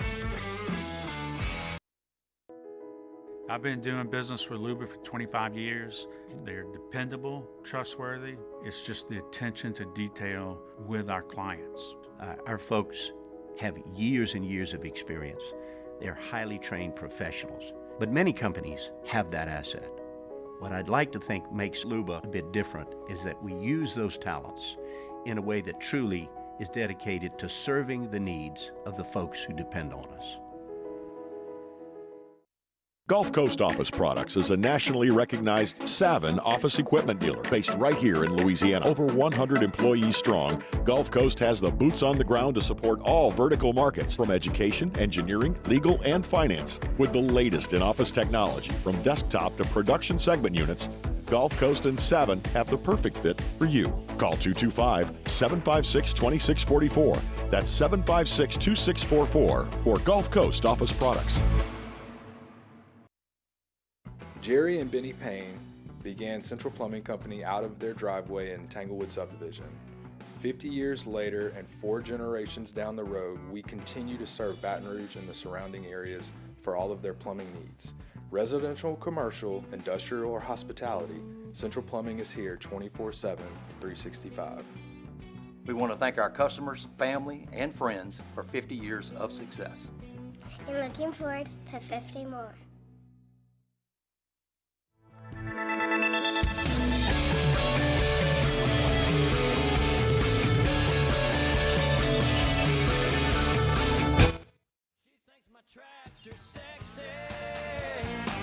It really turns her on. She's always staring at me while I'm chugging along. After further review powered by Sunshine, your hometown John Deere dealer in Louisiana. You want to tell the audience what you just said, Muse? Sure. I got the bump on. It just is Immediately on the chorus, if she thinks my tractor sexy, I laugh. You say why? I said it's just so stupid. That's why. Did that just hit you, Muse? No. How long have we been playing She Thinks My Tractor's Sexy every bump on Tuesdays? For as long as Sunshine has been sponsoring the Tuesday show. Yeah. I don't know. It just struck me there. I was like, God. He'll get you a John Deere. Call Sunshine. Sunnyquip.com. Sunnyquip.com. They're just the stinking best. Love my friends over at Sunshine. Love chatting with Mark Zeno as well. 92.9 The Game there in Atlanta. Hear him nationally on ESPN Radio as well. Lots of great betting content. He's on Twitter at Mark Zeno. Zeno, what's good, man? Matty, what's good over in your land, your neck of the woods? I know we're getting ready for football season. And, hey, this might just be the year where the Falcons one up the Saints there, buddy. Maybe the Saints stink. I don't think that that's a really steep hill to climb. New Orleans is really bad. What do we know through one preseason game and a couple of weeks of camp about the Kirk Cousins, Michael Penix thing? Well, I mean, look, in the big picture, you'll still never get me to agree that it was a smart move by the Falcons to take Penix. But that said, Kirk Cousins is going to be ready week one. There's no reason anybody has given any indication that he's not. He never plays in the preseason regardless, so him not playing in the preseason this year isn't anything new to anybody. So, I mean, it's Kirk Cousins or bust, and if Kirk does what he's capable of doing, and this offense does what is capable of doing, this should be no less than a 10-win team that wins the NFC South, and anything less than that is a wild disappointment for this team. And Raheem Morris does not get a year one head coach pass. There is no pass for him. I can't remember a coach, other than like George Seifert taking over for Bill Walsh, that had this much of a ready-made offense and a ready-made team that is a playoff caliber team in recent memory. Like, you just don't get these situations that come along often where a new head coach takes over a team that is this ready to win and win now. Okay. Go to Penix, though, for a second.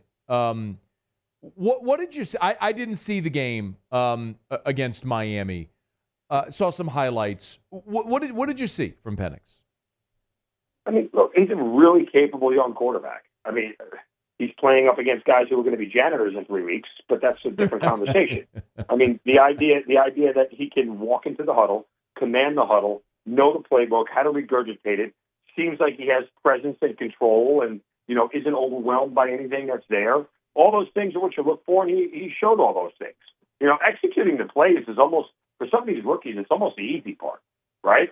Just being able to go drop back and throw a pass is the easy part. It's just all the pre-stuff.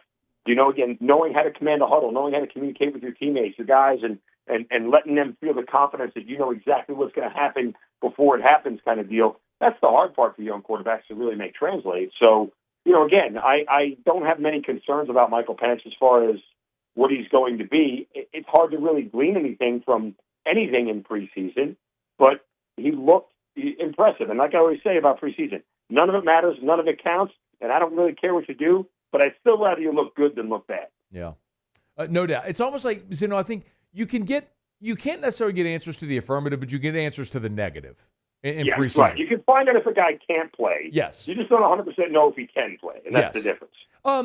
The Falcons have spent so much draft capital on the offensive side. They've got tons of great players. We know that. Are there questions that remain on the offense right now? I think the questions remain around Kyle Pitts. Is he going to be the guy that he had year one with Matt Ryan? Or is he going to be the guy that's got a nagging knee injury and doesn't really do anything special that we all thought he was a, quote, unicorn? Not we all thought, but some people thought he was a unicorn coming out in college given his skill set, which is why the Falcons made the boneheaded decision of taking him 4th overall. By the way, never take a tight end in the top 10, ever. I don't care who you are. That's just a fact. It's a fact of life. It's like death, taxes, the sun coming up. Don't take tight ends in the top 10. Those are things you can write down. What about Brock Bowers? Did Bowers go 10 or 11? I can't remember. Where did he go? He went 11. Okay, so he's all right. So he's safe. He made it. Listen, tight ends inside the top 20 to me are sketchy. Okay. It's just you don't build an offense around a tight end nobody ever has. And don't give me Travis Kelce. The offense is built around Patrick Mahomes, not Travis Kelce. Right? Travis Kelce didn't put up these numbers before Mahomes got there. Go look at his numbers with Alex Smith. You'll yawn. You'll go, oh, that's nice. So, that's why you don't draft that type of player that you can't build around inside the top 20. Everybody else is a bona fide starter who has a real role on the offense and the defense, and tight ends just don't. They're complementary pieces and always have been. So, you can make them bigger than what they are in certain cases. But anyway, we digress. To your point about Pitts, he's got something to prove this year. One, he's getting to that point where he's got to start looking at his next contract and what he's going to be worth, and he's got to start showing that he is of that ilk and of that capability. But, can he stay healthy? He's had nagging injuries the last 2 years. Now, some of me is starting to think that, if I got a nagging injury, why am I going to run out there to have Desmond Ridder throw me a football? Because we know how that ends, not with a completion, or to the other team. So there is that. So I don't know if he was rushing to get back in certain scenarios, but now with Cousins, maybe he is. And if you go look at the numbers that T.J. Hawkinson put up in Minnesota while Kirk Cousins was there, even with injuries, if you try to extrapolate it out to a 16, 17-game sample size, he would have had monster years. And if Pitts can stay healthy, he's on deck for a monster year. The problem for the Falcons is, you talk about the offense, there's only one football. So somebody's got to get it, because Pitts shouldn't be at the top of that list. You want to know why? Because he's not Bijan Robinson, and he's not Drake London. I don't care what your skill set is. Those two guys are better players with the football in their hand than Kyle Pitts is. So they have to get the ball too. There's only one ball to go around, and how Kirk does that and how he, spreads the ball around and keeps people happy ultimately will be a measure of what this offense can truly be. He's Mark Zeno on Twitter at Mark Zeno, Zinno, if you want to give him a follow, 92.9 The Game there in Atlanta. Also, you hear him nationally on ESPN Radio. So flip it over. I want to talk some defense. I saw Braylon Trice, who I think a lot of college football fans, got to know with Washington having that great playoff run last year. He goes to IR, done for the year, knee injury. How big of a loss is that for this Atlanta team? How do you know? I mean, he never played a snap in a game. I mean, you don't want to. I mean, put it this way. Let me frame it this way. I'll ask you a question. At this point, Braylon Trice is going to have as much impact as the Falcons' number 1 8th overall pick. Okay. They're not going to see the field, neither one of them. I get it. So, but when you invest that kind of draft capital, you expect those guys to be either starters or contributors. So, you draft that position, I would assume, based on need, right? So, if Trice isn't going to be there, what is? I mean, again, maybe it's Justin Simmons, maybe it's Hassan Reddick. If the Falcons, if they could make their cap amenable to be able to squeeze the trade like that, if there was, I don't know that, honestly, Matty. If I'm the Falcons, I'm sitting here running the defense back with what I have, and then basically looking at it as going, well, we probably need to beat everybody 31-28 anyway, and that's probably what our strength is. So I don't know that we should invest much more on the defensive side of the ball, because in reality, we should be able to beat everybody with our offense. I think that's a fair way to look at it. I don't mind them attacking it that way in year one of Kirk Cousins. So you kind of just say, hey, we'll get in the track meet and force people to keep up with us. If the defense makes 1 or 2 plays a game, 1 or 2 stops late, that should be enough for us to go out there and get a W. And I think that's fair and accurate. I don't think anybody should dispute that. This is the model that they built their team in. Anything they get from their defense is a plus. It's not a scenario where without it, this team is going to miss the playoffs. They should make the playoffs because their offense is one of the better ones in the league. You going over under Atlanta 9.5? I would tell you again, they could still win the NFC South with 9 games, because I don't know that anybody else is really going to sneak up on you and be that good. I'm not a believer in Tampa Bay or Baker Mayfield. If there was ever a guy who's primed for regression, it's him. So I'm not going to really, jump on that train. But as I said, this team, the last 2 years, and you know me, I'm on the record. I'm an Arthur Smith staunch defender. Should have never been fired, period. It was not his fault. But he dragged very bad quarterback play and this team to 2 7-win seasons. You've now gotten infinitely better at quarterback. You have better, healthier skill positions all around. there is no excuse, zero excuse for them not to win 10 games. Like, that is the bare minimum. They should not. Listen, there's a world, okay? And sit down for this. And you know me, I'm not a Falcons fan. I'm not from Atlanta. I'm a Giants fan. My team is terrible. Right. So, but there is a world. If Dallas and Philadelphia stumble, the Falcons are a 3 seed. I mean, wrap your head around that for a second. They're an 11 or 12 ring team and a 3 seed. And go look at the schedule that they have. It is as easy as apple pie, baby. I mean, they have a tough stretch in the back end with road games. I think they play 4 road games in 6 weeks, including a bye. So 4 to 5 on the road with a bye week. But there is no reason, legitimately no reason, they should not win 10 games. It is an absolute failure if they only win 9. Okay. I'm with you on that. And by the way, Saints and Falcons, by opponent winning percentage of a year ago, the easiest schedules in the NFL. But the Saints is just riddled with landmines, and they stink. I don't think anybody's expecting the Saints to do much. I mean, I don't know how Dennis Allen got through another year having a job. Hey, man. He has, naked pictures of the Bensons somewhere that we don't know about? I don't think it's that, man. I just think you have a front office that has absolutely zero accountability, zero fear of any type of ramifications for not doing a good job. And they just keep on rolling. I'm floored that he is still there. I mean, I'm not really a big fire the coach guy, but it was so bad last year offensively that it was offensive. There wasn't really a valid reason. And I was the biggest Derek Carr defender for years. And then he put on a Saints uniform, and I went, well, I can't do that anymore. I really can't. Welcome to my side of the convo, Zinno. Yeah, I thought forever he was just such a really underrated quarterback, and he played really well. And then guess what happened? We went to go play with Dennis Allen, and I was like, well, yeah, that's it. He was his fault. Yeah. But one positive note for the Louisiana fans, Zinno, speaking in third person, has a shekel here on LSU to win the SEC. Okay. What was that? Was it 11-1, 16-1? What is it? Yes, and I love the number all around. Okay. Give me all of it. All right. Listen, this is a team with probably the most favorable SEC schedule out there. It really breaks well for them on so many fronts. Look at your 4 road games. At South Carolina, new quarterback, right? Yep. At Texas A&M, new quarterback. At Florida, same quarterback, but it's Billy Napier. At Arkansas, new quarterback.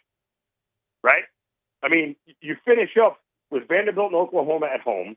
The real pitfall, again, is the Bama game, but you get that at home. Ole Miss will be tough, but you get them at home. And after a bye. I think the toughest challenge for them really is getting through week 1.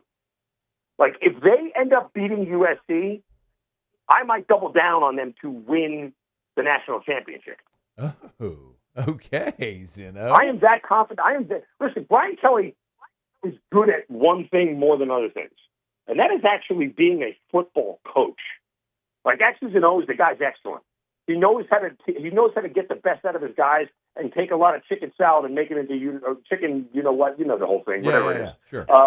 You get whatever that is. But you get the point. So making chicken salad out of chicken. You know what? Right. It was a compliment. So I mean, even with Malik Neighbors gone, even with Jaden Daniels gone, like, this is a team right now that I truly feel like he has got a great grasp on.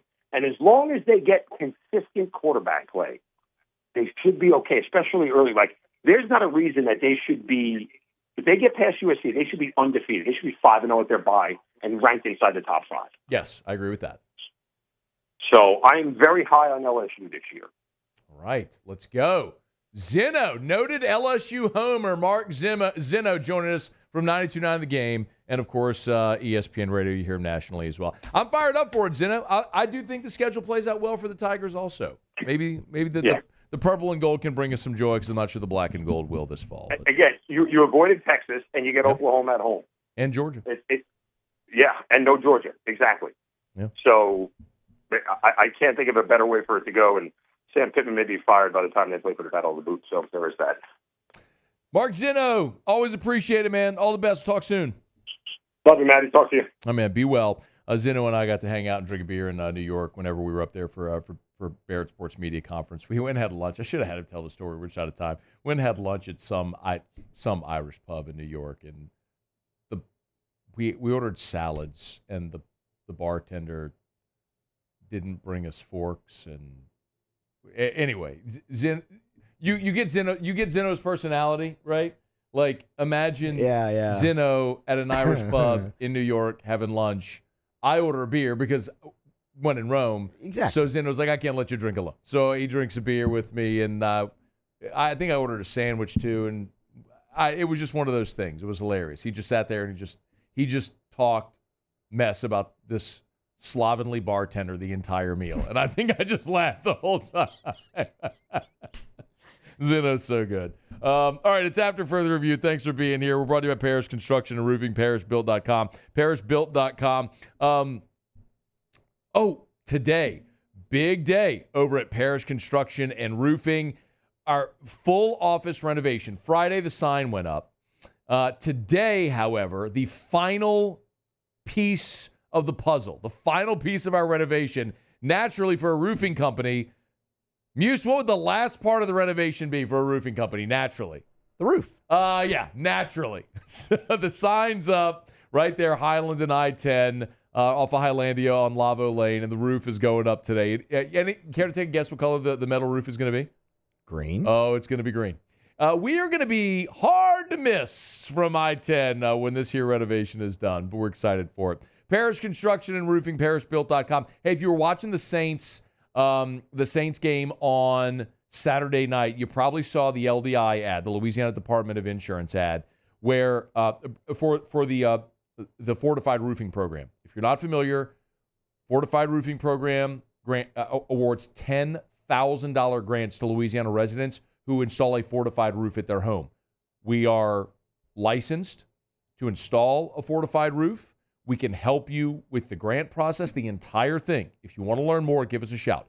364-1007. Anywhere in Louisiana, by the way. 225-364-1007, 364-1007, or go to parishbuilt.com, parishbuilt.com, parishbuilt.com for Parish Construction and Roofing. Do business with someone you know. Parish Construction and Roofing. Visit parishbuilt.com. Okay, thanks to Zinno for joining us. We appreciate it. Tigers and the Pros here in about 15 minutes. Ross Jackson to start hour 3. God, we got a ton to do. Let's catch a break, so we'll come back. Do I want to... I got some Saints stuff here I want to get to, but I might tap dance around to LSU. Stay here. It's AFR. AFR. Man, I love telling you about Rouse's because every time I walk into Rouse's, it feels like home. That's what they say. Rouse's, this feels like home. Well, Rouse's has been around some form or fashion for 100 years now. They've been helping you make groceries for 60 of those years. But when you walk into Rouse's, you're talking about one of the leading supermarkets in the entire Gulf region, 70 some odd locations from Lake Charles to Orange Beach, Alabama. So even when you're going east to the beach, you can still pop into Rouse's and feel like home. It's Rouse's. Get to Rouse's.com, Rouse's.com. They always have great specials. So look, as we're getting toward the start of school, kids are back in school. You're going to be packing their lunch each day. You want to make sure they're having healthy meals at night when they come home. You want to cook. You could do it if you're buying on a budget because inflation's crazy.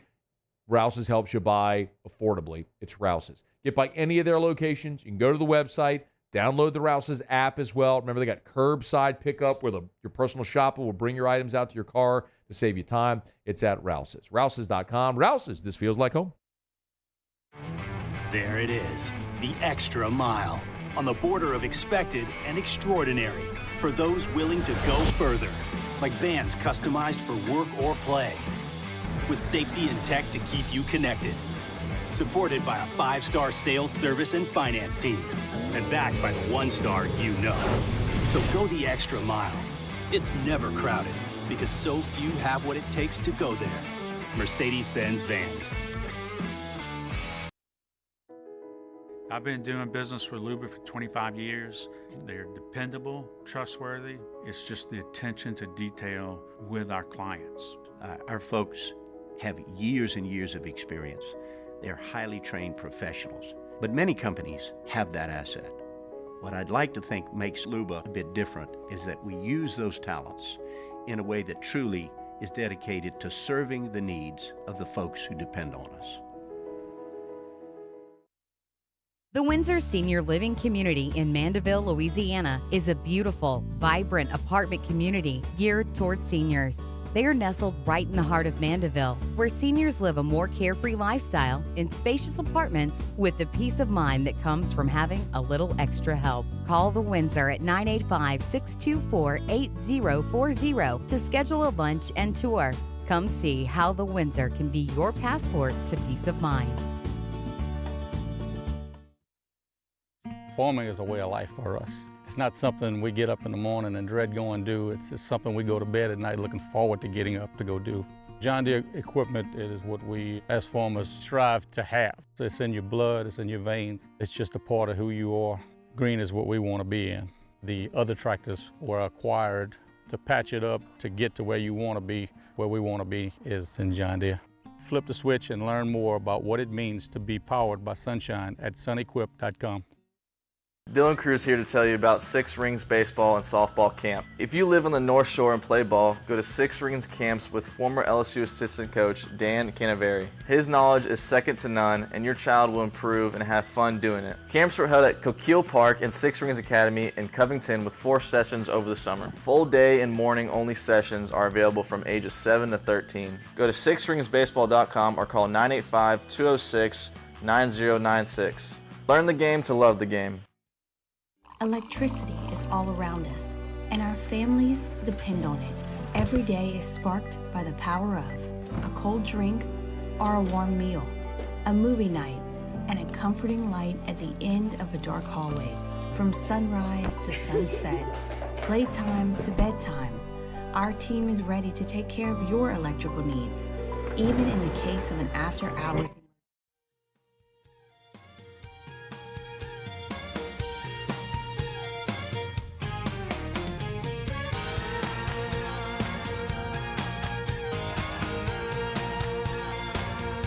After further review, powered by Sunshine, your hometown John Deere dealer in Louisiana. Rev delivers our coverage live from Las Vegas starting Friday, August 30th with Off the Bench and After Further Review, and continuing Sunday, September 1st with Eagle 98.1 Game Day. Our coverage is also presented by Goodwood Men's Sexual Wellness. Watch us live on the 104.5 ESPN YouTube channel to kick off the 2024 LSU football season, live from Las Vegas with Rev and 104.5 ESPN Baton Rouge. Hey, one interesting tidbit from practice Tuesday out at LSU. Nathan Dibert was back out there, and I don't think the kickoff specialist is anyone that's going to steal headlines. I don't mean any disrespect to Nathan, but he's been LSU's kickoff specialist for 2 years, and if you remember, he tore his ACL making a tackle against Texas A&M in the regular season finale, which, I mean, you can laugh at the kicker making a play and tearing his ACL, but it sucks for the kid. I mean, he was trying to make a tackle towards ACL, but today was the first time I saw Dibert. And I try to make a point to watch the kickers for at least a small portion of the practice each time, the punters and the place kickers, because special teams has been such a fiasco for LSU the last 2 years under Brian Kelly. And, revisionist history, yes, they should have retained Greg McMahon. We all thought so at the time. And what they've done from going to Polian to then last year, mixing and matching duties. Bob Diaco was kind of I don't want to say a lifesaver, but it was a big help last year with Bob Diaco because he has such a background in special teams. And whenever Jimmy Lindsey had his unfortunate health scare and John Jancic moved inside, Bob Diaco went from an analyst role on field, and he coached the defensive ends and then also coached special teams. Well, this year, the NCAA changed the rule whereby support staff personnel, analysts, can coach on the field. So Bob Diaco, even though Slade Nagel has come in and is coaching tight ends and part of his role as special teams, when the NCAA changed that rule, it allowed Bob Diaco to very seamlessly just stay in that role coaching special teams. So while Slade Nagel is there, certainly Bob Diaco is the one primarily running the special teams drills when LSU has special teams periods. So I do try to keep an eye on the special teamers because it has been an issue. Jay Bramlett was your most consistent guy the last 2 years at punter. And then Damian Ramos has been good as well. as good as he was 2 years ago, he actually increased his field goal percentage a year ago from his first season as the kicker. But the return game has been problematic. Covering kicks at times has been problematic. Fielding punts has been problematic. And now you lose Jay Bramlett, and you're struggling for consistency right now in fall camp.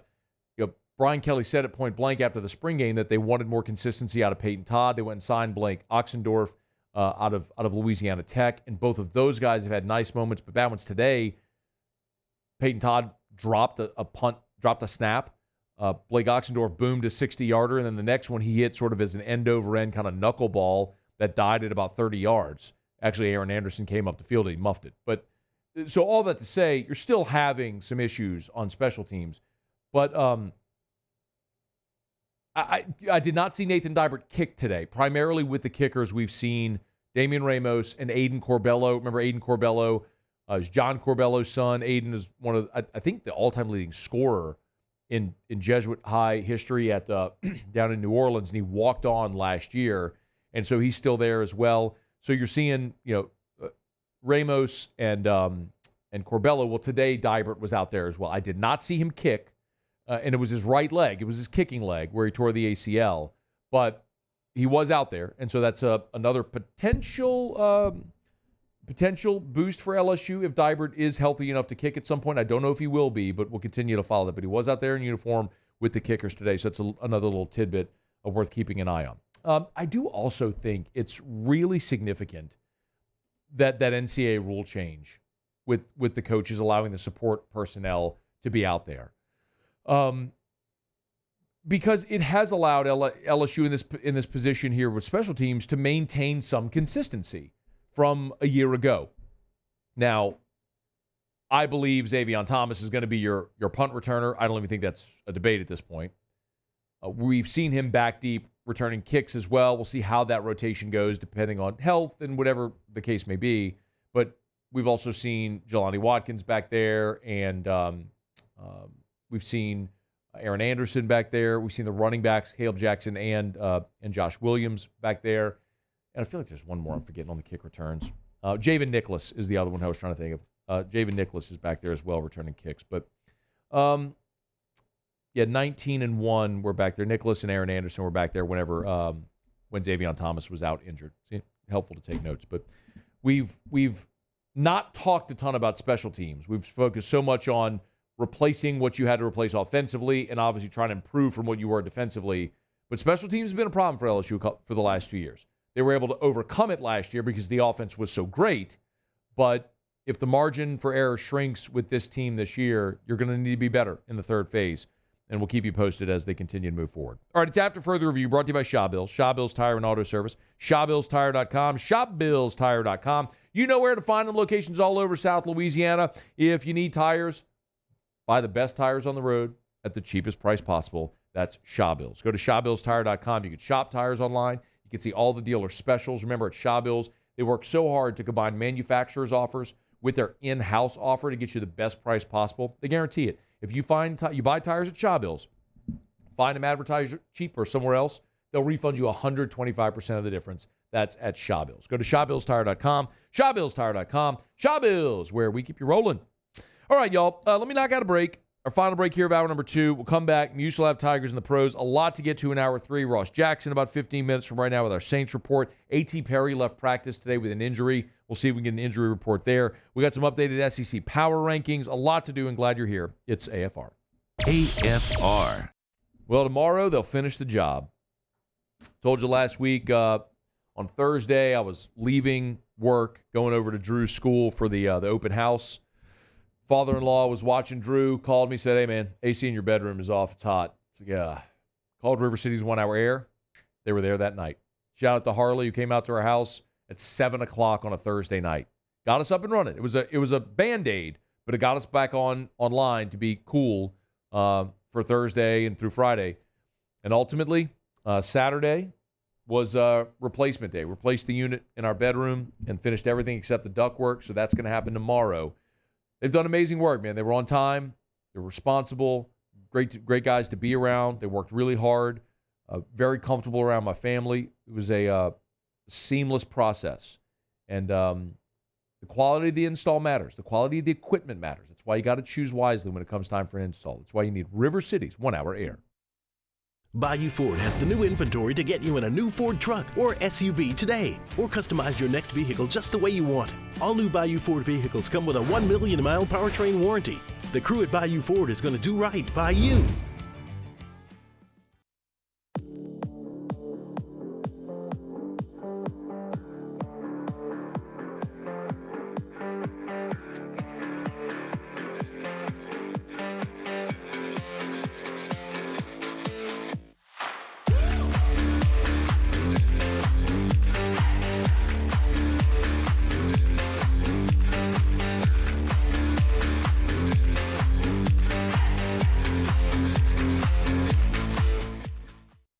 Hey, it's Matt Moscona. For years, you've heard me tell you about Insurance Network of Louisiana, helping you find better coverage for less money. But it's not just for your home and auto. They also offer commercial property. So, retail stores, professional offices like doctors, dentists, attorneys, clothing boutiques.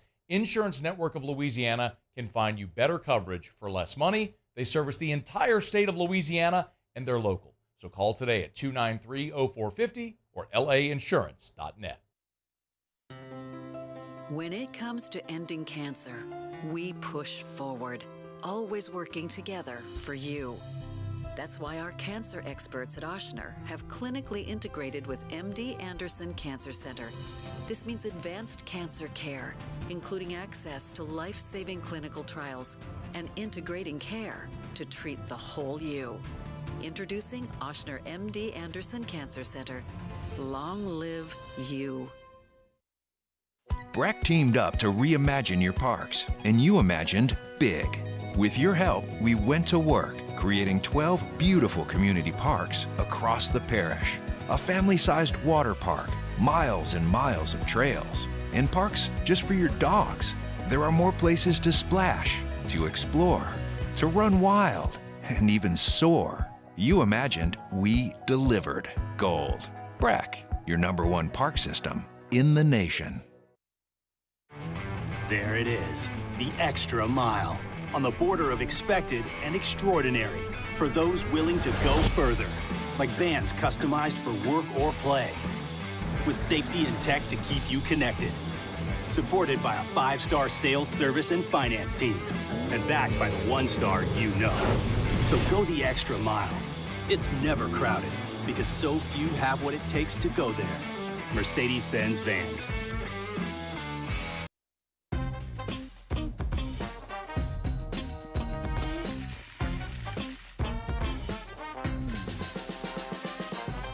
The best kept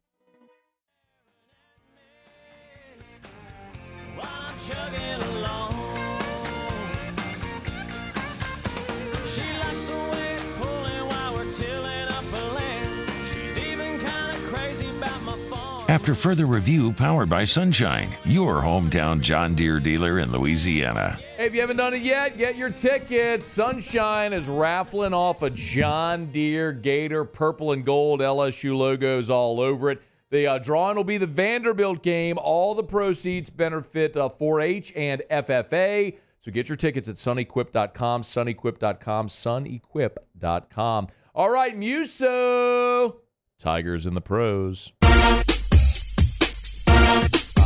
Tigers in the pros. They still bleed purple and gold. They're just really rich now.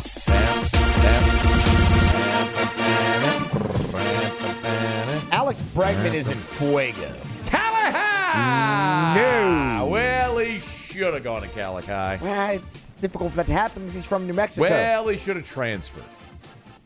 I'm sure there's a lot that goes into that, state to state. Anyway, that's not important. What is important is he set the tone last night for the Houston Astros.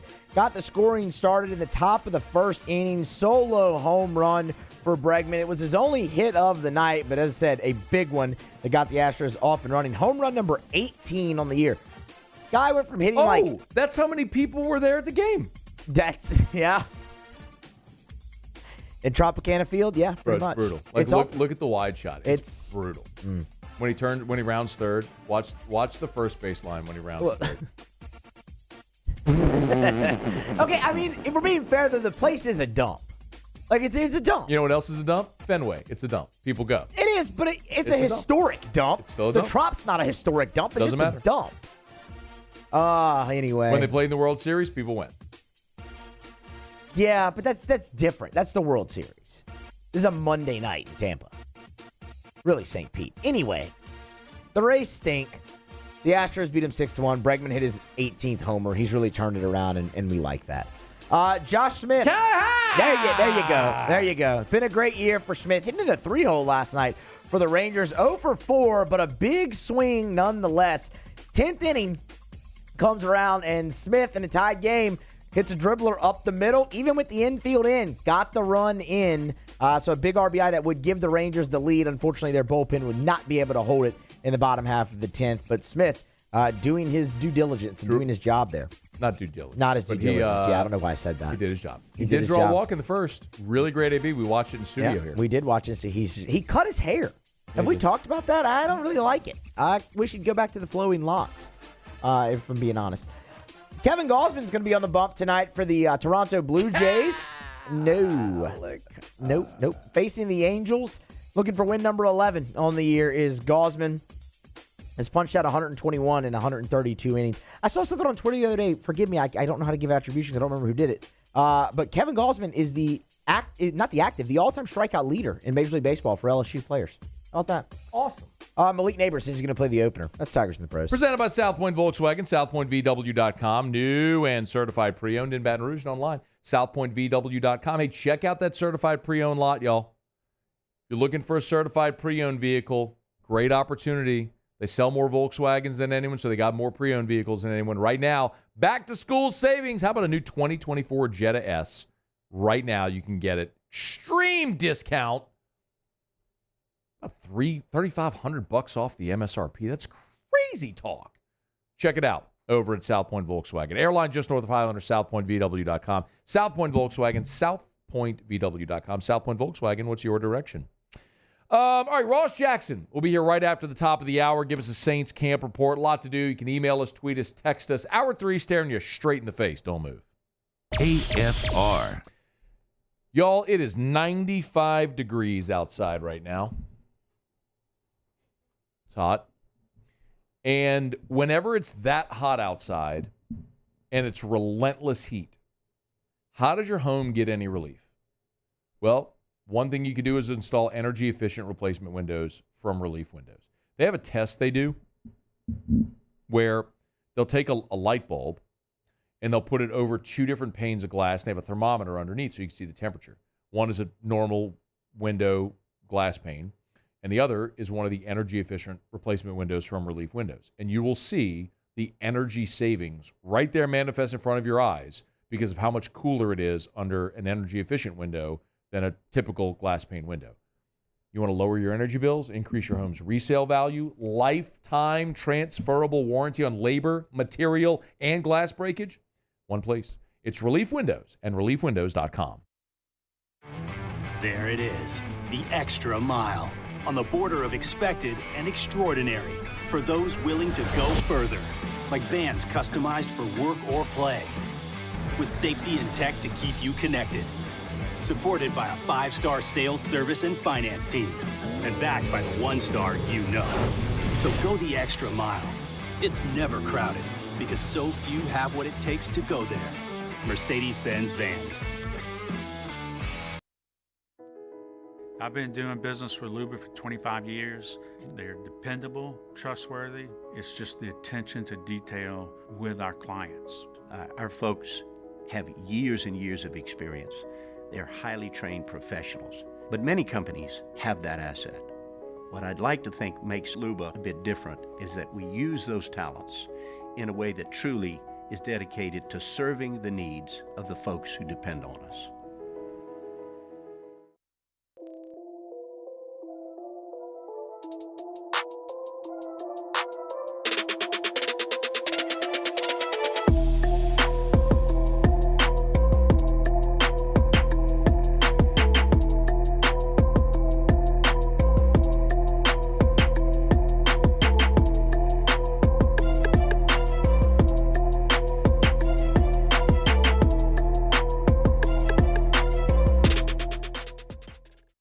Gulf Coast Office Products is a nationally recognized Savin office equipment dealer based right here in Louisiana. Over 100 employees strong, Gulf Coast has the boots on the ground to support all vertical markets, from education, engineering, legal, and finance. With the latest in office technology, from desktop to production segment units, Gulf Coast and Savin have the perfect fit for you. Call 225-756-2644. That's 756-2644 for Gulf Coast Office Products. Jerry and Benny Payne began Central Plumbing Company out of their driveway in Tanglewood subdivision. 50 years later and 4 generations down the road, we continue to serve Baton Rouge and the surrounding areas for all of their plumbing needs. Residential, commercial, industrial, or hospitality, Central Plumbing is here 24/7, 365. We want to thank our customers, family, and friends for 50 years of success. And looking forward to 50 more. Farming is a way of life for us. It's not something we get up in the morning and dread going do. It's just something we go to bed at night looking forward to getting up to go do. John Deere equipment is what we as farmers strive to have. So it's in your blood, it's in your veins. It's just a part of who you are. Green is what we want to be in. The other tractors were acquired to patch it up to get to where you want to be. Where we want to be is in John Deere. Flip the switch and learn more about what it means to be powered by sunshine at sunequip.com.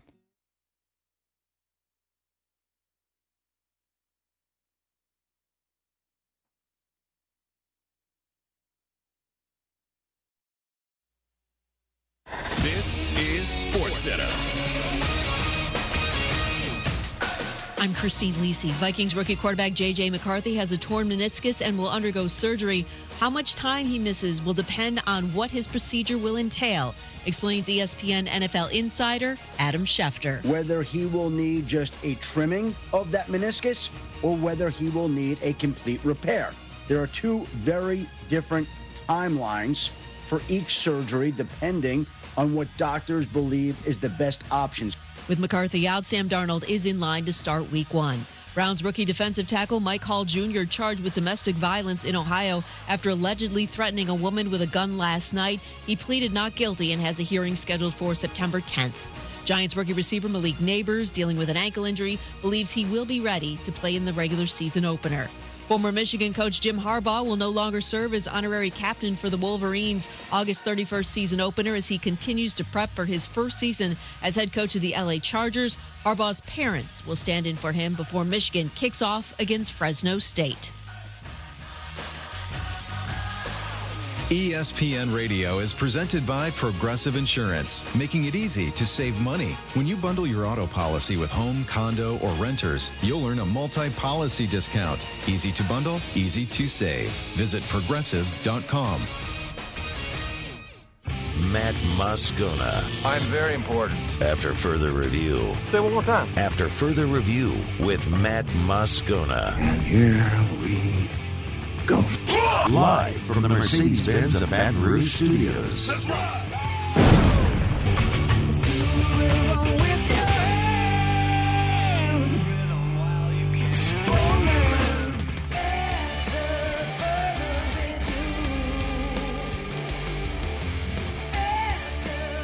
Hour 3, off we go. Welcome aboard. Glad you're with us. AFR, powered by Sunshine, your hometown John Deere dealer in Louisiana. I'm Matt. Love you, Matt. Paul O'Neill. They're chanting Paul O'Neill's name. Yusuf. And Mr. Toby Tom Play.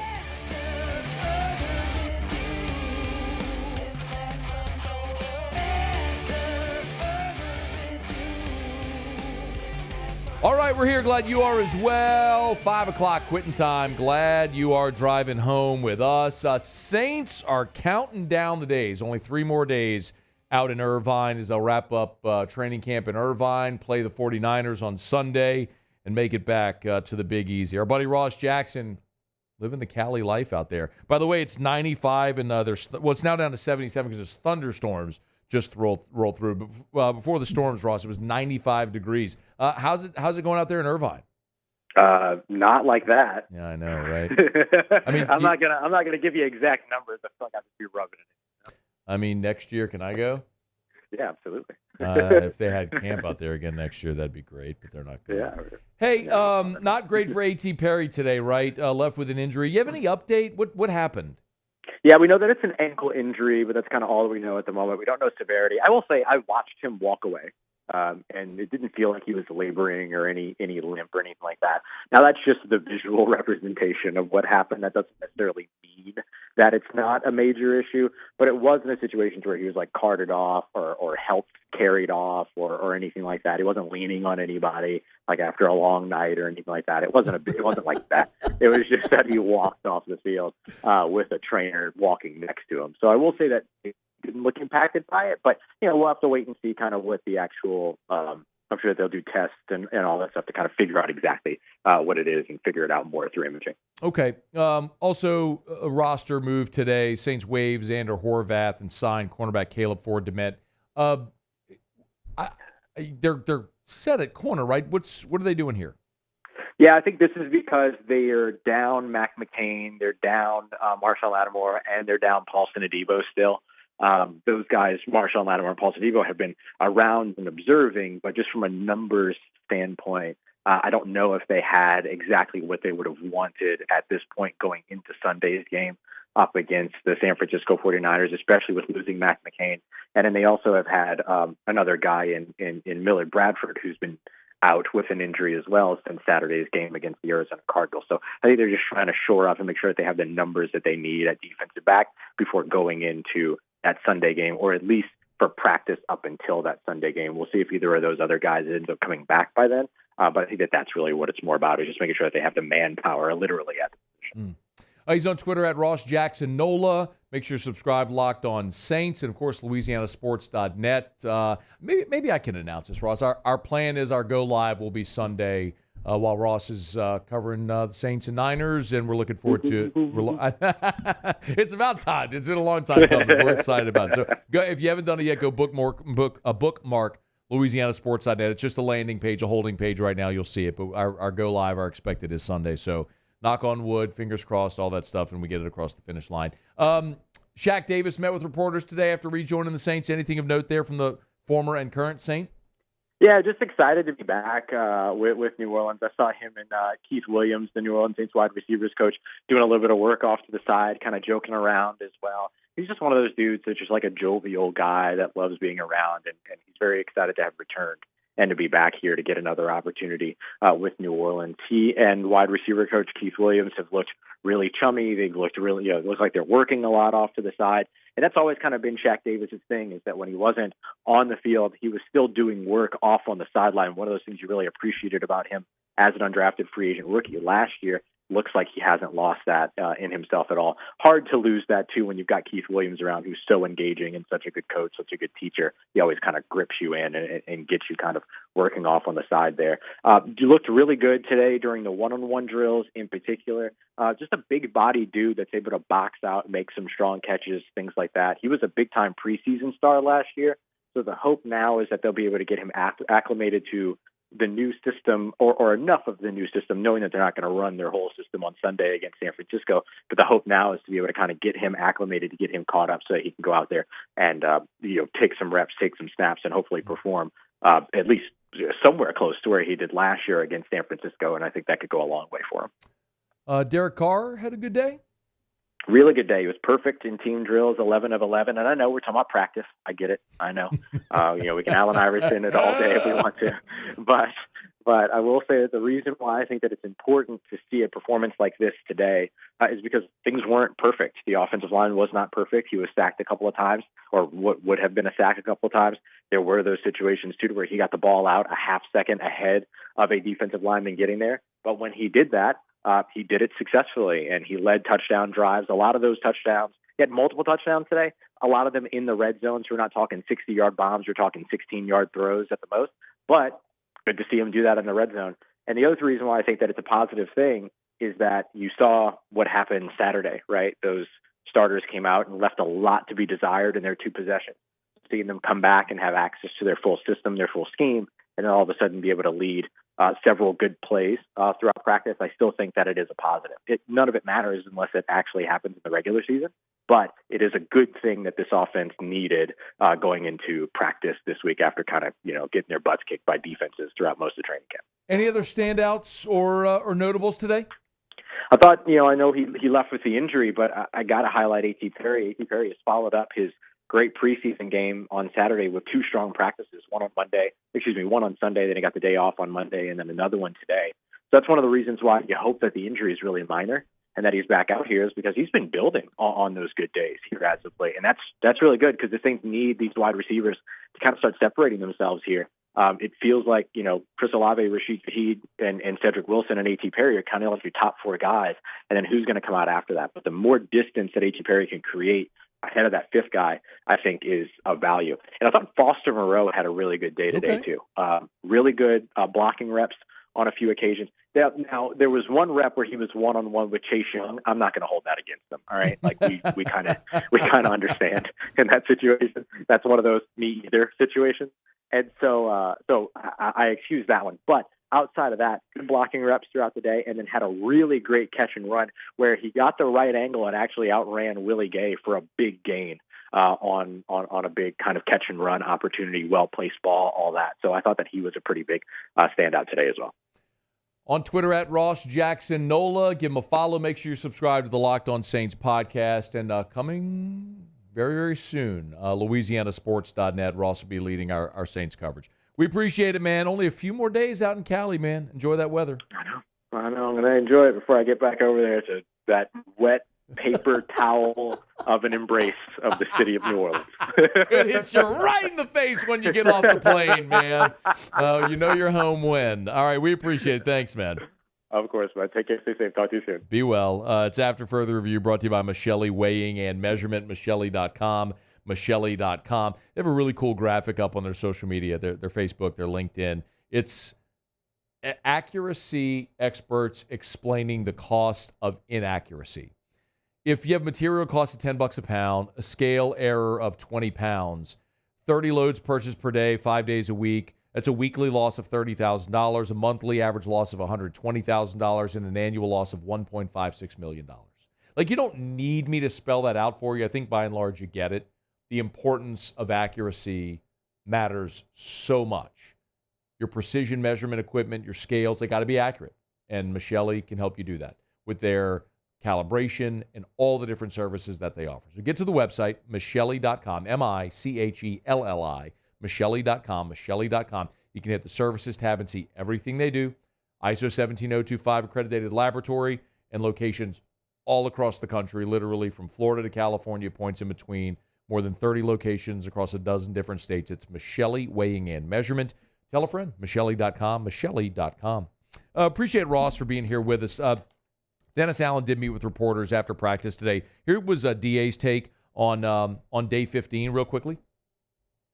I thought it was good practice. Tried to work this as we will for the next couple of days. As much game-like as we can. Everybody off on the sideline, substitutions in and out, all of those things. We'll have officials back out here for the next 3 days. So just trying to, simulate a game as much as we possibly can. The other, to me, the candor from Dennis Allen, I think, has been refreshing. Not that he's ever come across as not being candorous. It's just he's being very overtly honest with reporters. And he was asked about the safety spot opposite Tyrann Mathieu. We know they brought in Justin Simmons last week. He left without a deal. You've got Jonathan Abram and Jordan Howden, who both played well last year to the point that you were going into this season feeling, I think, pretty good about them. That clearly has changed because DA said point blank, that spot's still up for grabs. I haven't seen anything from any one of those safeties yet, okay, probably with the exception of Tyrann Mathieu. I think ultimately what you're looking for is guys to make plays, guys to have production. So that's interceptions, that's PBUs, that's tackles, guys that are going to play a physical brand of football. Like, those are all the things that I'm looking for, and I'm seeing good things out of the safety position. And yet I haven't seen where somebody's just taken the bull by the horns and, said that this is my job. That means when you go into preseason games number 2 and 3, guys have great opportunities. And start Sunday, primetime, national TV, Fox, 7 o'clock Central. against the defending NFC champs, San Francisco 49ers. So Saints-Niners on Sunday. We'll be locked in. See, and then, look, I think it's also going to be interesting watching that offensive line. Nobody played well enough to feel like they've got a job locked down except for, well, let me rephrase. McCoy and Ruiz are starters. I think Taliesin Fuanga, barring something dramatically unforeseen, is going to be your left tackle. But at left guard and at right tackle, those spots feel very much up for grabs right now. Saints continue rolling along here in camp. We appreciate Ross for being with us every day. They've been out there, man. Yeoman's work, and we appreciate him. Okay, let me knock out a quick break. New updated SEC power rankings. How have they changed going into the season from once we last saw them after spring? We'll delve into that a little bit when we come back at AFR. AFR. Hey, coming soon, Duplessis Builders is going to open up their brand new showroom in Prairieville. It's on the corner of Airline and Duplessis Road by Rouse's, right there in Airline and Prairieville. I'm so excited to tell you when it's going to be open. If you want to have an even better experience now as you design and build your backyard paradise, you're going to be able to do it at the new showroom for Duplessis Builders right there in Prairieville. Hey, look, yes, they'll design and build your pools, but so much more. If it's outdoor kitchens, cabanas, they do it all. And they do it better than anyone else. I love this quote. It's on the front page of the website, duplessisbuilders.net, duplessisbuilders.net. It's a quote from Gucci. Quality is remembered long after price is forgotten. And it's so true. And it's definitely true with Duplessis Builders. They take their time. They do the job right. That's why they offer a 10-year workmanship warranty when the industry standard is 1 year. It's duplessisbuilders.net. Check them out online, duplessisbuilders.net.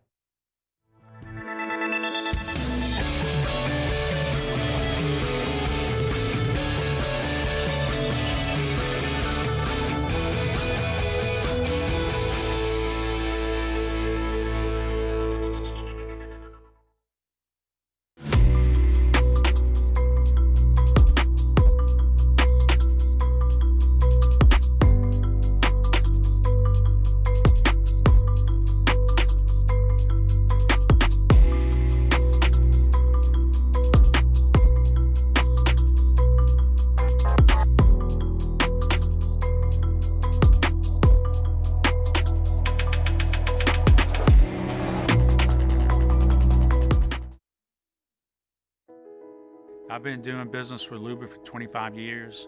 They're dependable, trustworthy. It's just the attention to detail with our clients. Our folks have years and years of experience. They're highly trained professionals, but many companies have that asset. What I'd like to think makes Luba a bit different is that we use those talents in a way that truly is dedicated to serving the needs of the folks who depend on us. Dylan Cruz here to tell you about Six Rings Baseball and Softball Camp. If you live on the North Shore and play ball, go to Six Rings Camps with former LSU assistant coach Dan Canaveri. His knowledge is second to none, and your child will improve and have fun doing it. Camps were held at Coquille Park and Six Rings Academy in Covington with 4 sessions over the summer. Full day and morning only sessions are available from ages 7 to 13. Go to sixringsbaseball.com or call 985-206-9096. Learn the game to love the game. Electricity is all around us, and our families depend on it. Every day is sparked by the power of a cold drink or a warm meal, a movie night, and a comforting light at the end of a dark hallway. From sunrise to sunset, playtime to bedtime, our team is ready to take care of your electrical needs. Even in the case of an after-hours emergency, the light in your life shines brighter with Mr. Electric. Hey, it's Matt Moscona. For years, you've heard me tell you about Insurance Network of Louisiana, helping you find better coverage for less money. But it's not just for your home and auto. They also offer commercial properties. So, retail stores, professional offices like doctors, dentists, attorneys, clothing boutiques. Insurance Network of Louisiana can find you better coverage for less money. They service the entire state of Louisiana, and they're local. So call today at 293-0450 or lainsurance.net. There's nothing chill about a hot, sweaty line. Unless...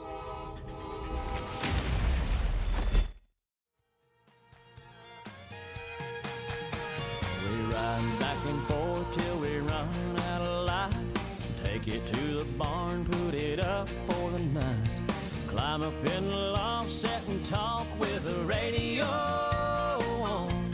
After further review powered by Sunshine, your hometown John Deere dealer in Louisiana. Man, I just noticed during the break, I was kind of scrolling Twitter. Joe Burrow is on the latest episode of The Pivot with Ryan Clark and Fred Taylor and Shannon Crowder.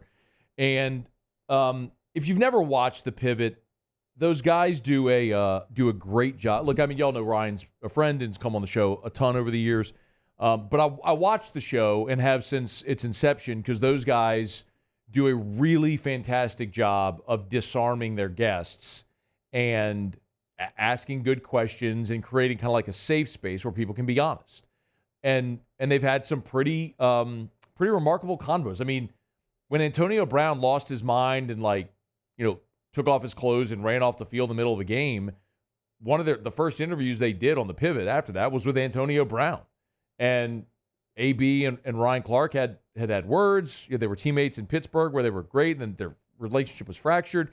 And it could have been a really awkward thing, but they both addressed it head on as they did the interview. Anyway, they do a great job. So Joe Burrow is, I mean, obviously the most beloved football figure here.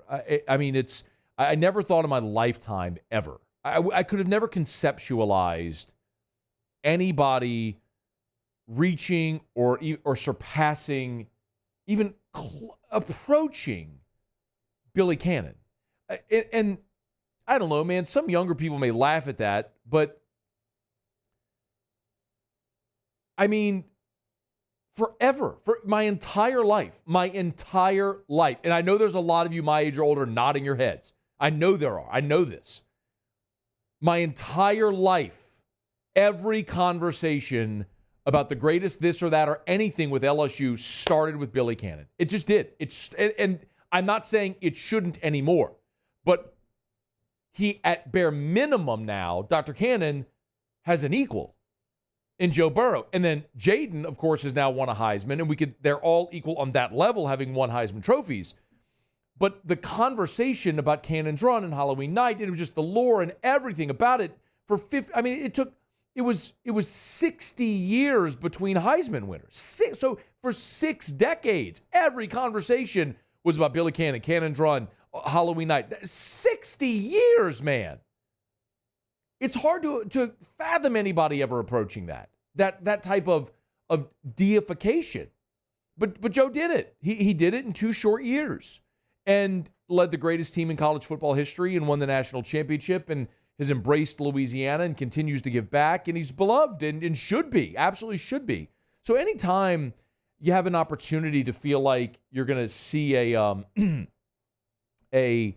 LSU, to say legend even feels like I'm muting the point about Joe Burrow in a disarmed type state or place, and be able to go be sort of expansive in conversation.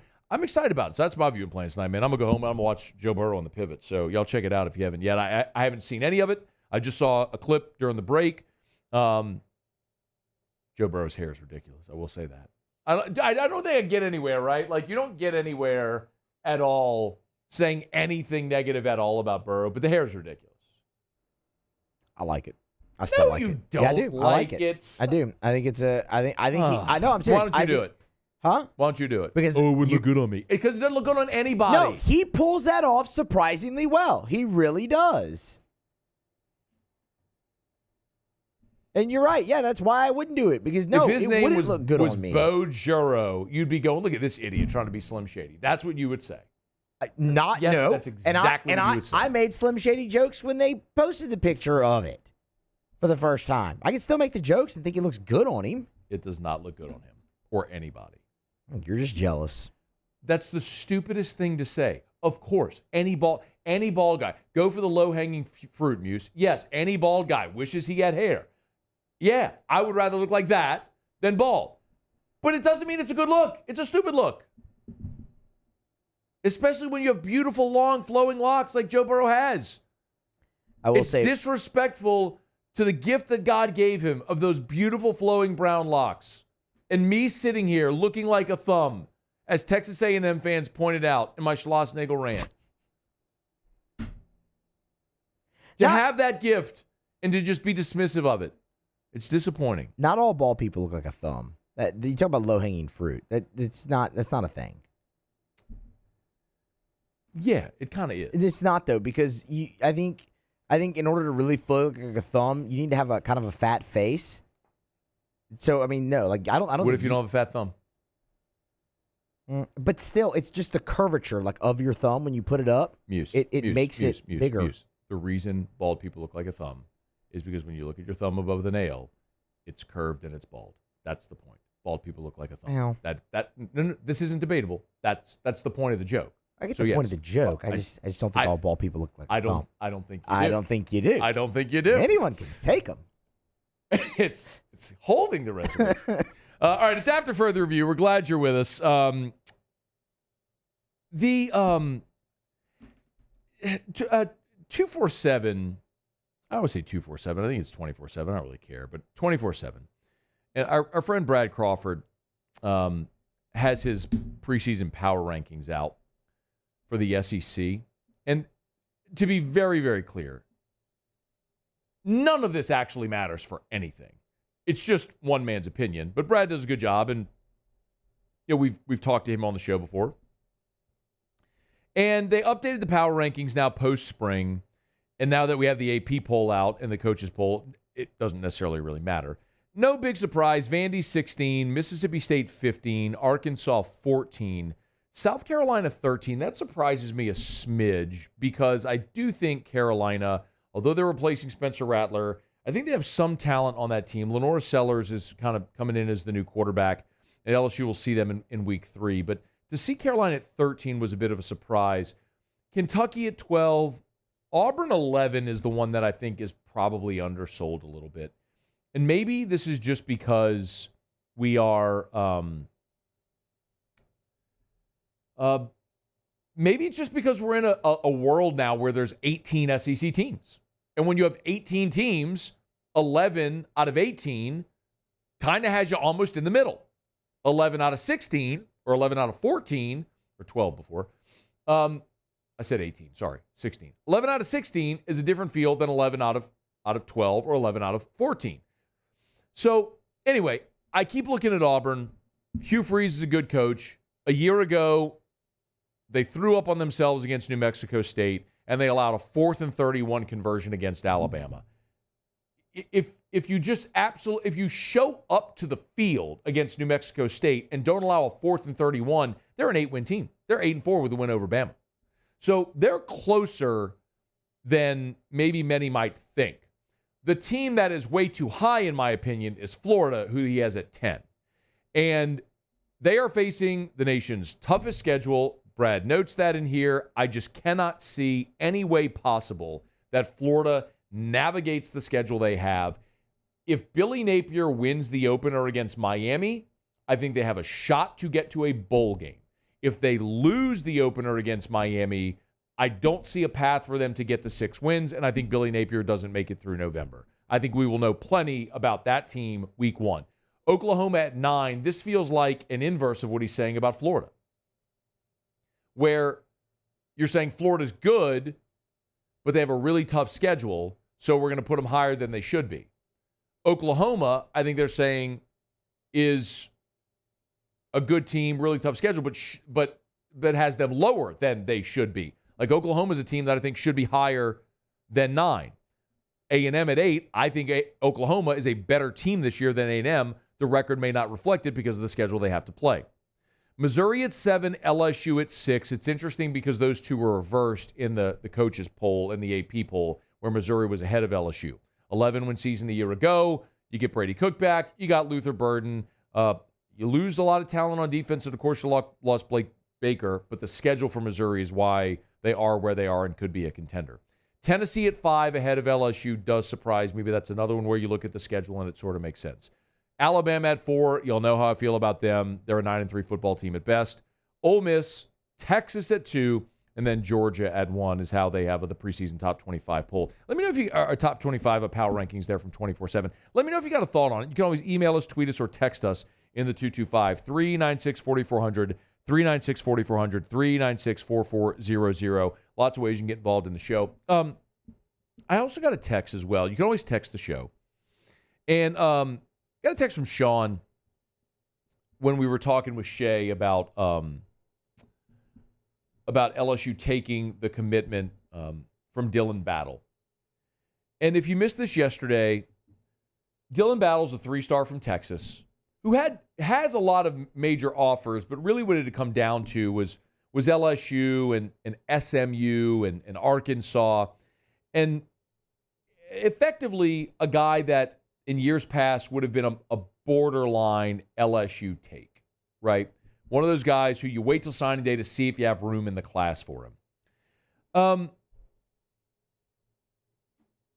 But in this era now where scholarship limits are going up to 105 in football, you're going to see more of this.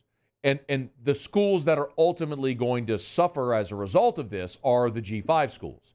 And so I happen to know Sean, and Sean was a place kicker at ULL in Lafayette. And he says small schools are more than screwed. I get it's their fault, but how are the G5 schools going to be competing against 2 recruiting classes for the big dogs? And he knows this, but I'll say it. I don't care. I don't care. I don't care. That is a whining argument about what's fair in life. Live long enough. We all know this. You live long enough. Let's say the only fair is where they have a Ferris wheel. And on buses, I mean, it's what it is. Think of it this way. If you're Dylan Battle, let's say you're Dylan Battle's parent, and because of new scholarship limits, your son has an opportunity to go play at LSU on scholarship. LSU. Might take him a year, 2 years, grow in the weight room, weight training program, to grow, develop, get better, to wait his turn to be a good enough player to be able to play at LSU. Or you can go to a smaller school where the resources aren't as good, the fan interest isn't as much, they're not on TV, all that sort of stuff. And then maybe after 2 or 3 years of playing and being good, then he leaves. What if you want the better option for your child? Wouldn't you want that? I would. The option. I'll say it again, as I've said over and over again. I have no sympathy for the G5. I have no sympathy for the small schools, for the small programs. I have no sympathy whatsoever. None. And it's not, I am a college football elitist. I am, admittedly. Guilty as charged. It's not to say the G5 doesn't play good football, or their kids don't work hard, or the coaches don't work hard, or any of that stuff. They do. However, they are not now, nor have they ever been, or ever will be, on the same level as the power schools. It is a completely different reality. But we keep going through this charade, and it's all money driven. For TV, for garbage body bag games that nobody wants to see, for bowl payouts, it's all money. It's not for competitive balance because you can't compete. And that gap keeps widening. And I'm going to tell you what's going to happen. I'll make this prediction right now. Talked about it a bit yesterday with Bill Bender. I'm on the record today, 5:31 Central Time on Tuesday, August the 13th, the year of our Lord, 2024. What's going to happen with this new 12-team playoff and gifting a G5 spot, we are going to watch the first team outside of the 4 highest-ranked conference champions, who will be the 5 seed. We're going to watch that team get a home game against the highest-ranked G5, who will be the 12 seed. And every year, that G5 is going to get the holy hell beaten out of them. It's not going to be competitive. It might be Liberty or Boise State or Fresno or UTSA, whoever. I don't care. Don't know, don't care. And you can say, well, what about the years that the G5 team won a New Year's Six? Tulane beat USC, and one year Houston beat Florida State or somebody. Who cares? Right. In games where you had opt-outs, where the big school thought they'd be a playoff team, they were disappointed to be playing Little Brother, didn't care. Where for Little Brother, it was their Super Bowl. Can a G5 get up and have a big game once? Yeah. Can you do it 12 consecutive weeks? Hell no. Not in this or any reality. So what's going to happen is whoever that team is, that G5 team. Let's play this hypothetical. Alabama and Georgia play in the SEC championship game last year. Last year's hypothetical. Alabama and Georgia play. Alabama upsets Georgia. Bama's in the top 4. They get a bye. Georgia's the 5 seed. So Georgia gets to host Liberty at Sanford Stadium in a playoff game. How do you think that's going to go? And it's going to happen every year. And eventually the powers that be, and I hope it's after 1, maybe 2 years, say, what are we doing giving them a spot? Because ultimately what's going to happen is you're going to have a 10-2 SEC team or a 10-2 Big Ten team. Can you imagine? Like, this is the scenario that's going to be tough for Power 5 fans or Power 4 fans to stomach. Let's say LSU goes 10. Play this hypothetical with me. LSU goes 10-2. They lose to Ole Miss and Bama. Just play the hypothetical with me. And they're ranked 12th. And they're left out because a G5 gets their spot. How are you going to feel about that? And it's going to happen every year to a deserving Power 4 school that's going to be left out for a G5 that has no business being there. And that will change sooner than later. That will be the next big change we see. It's not to say a G5 will never get in, but you have to earn your spot as one of the top 12 teams. You're not going to be gifted a spot because you're the highest ranked G5. And that's exactly how it should be. Nobody should be given a spot just because. That doesn't exist in a true playoff. So, get ready, G5, because that's coming too. Your rosters are going to be gutted by the new scholarship rule because now G5 players, guys that would go to G5 schools are now going to have better opportunities at Power Conference schools. So the talent is going to erode in the G5, and they're going to keep getting their heads kicked in. And then it ultimately is going to be severed. And I hope it's next year or the following, but the sooner the better. All right. Let me knock out a break. Tuesday show is powered by Sunshine, your hometown John Deere dealer in Louisiana. Auto locks in 15 minutes. Stick around. AFR. Y'all, the real estate market is coming around. Interest rates have dropped again, and we are starting to see inventory come back onto the market. We're starting to see people buying and selling homes at a greater rate. If you are thinking about selling your home, you got to call Darren James for a lot of reasons. First of all, of course, nobody sells more homes than Darren. I'll tell you this. The Wall Street Journal Real Trends list, number 1 in Louisiana in transactions, number 13 in America in the latest Real Trends list. That's incredible when you think about it. That's Darren James. 335-7666, 335-7666. That's Darren's cell, 335-7666, or go to agent225.com. Darren sells more homes because he has a marketing plan put together to sell your home exactly. And who else does radio ads every single day promoting their listings? Your home. You need to sell your home. You need the best. You need Darren James. Think real estate. Think Darren James. Gulf Coast Bank and Trust is giving our customers the power to bank anywhere, anytime during this challenging event. And we're right there with you. Our mobile banking app is a smart way to manage your money and time. Gulf Coast Bank and Trust, the bank that cares about you. When it comes to ending cancer, we push forward, always working together for you. That's why our cancer experts at Ochsner have clinically integrated with MD Anderson Cancer Center. This means advanced cancer care, including access to life-saving clinical trials and integrating care to treat the whole you.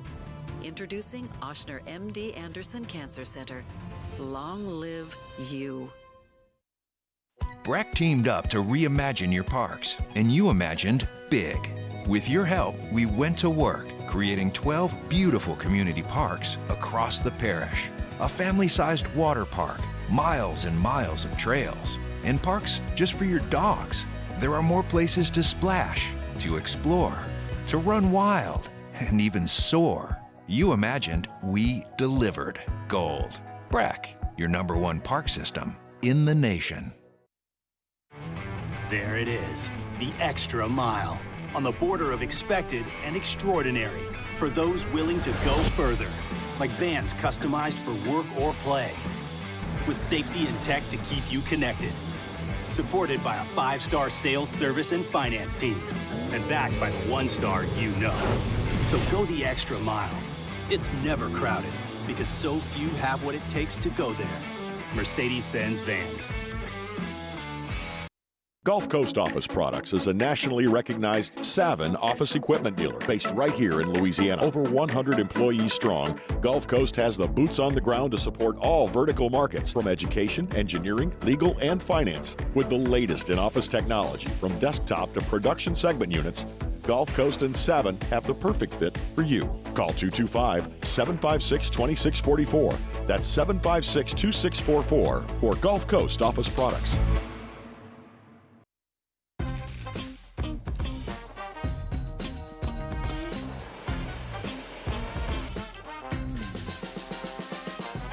The best kept secret in town is out. Discover Tallulah at the Renaissance Hotel on Bluebonnet.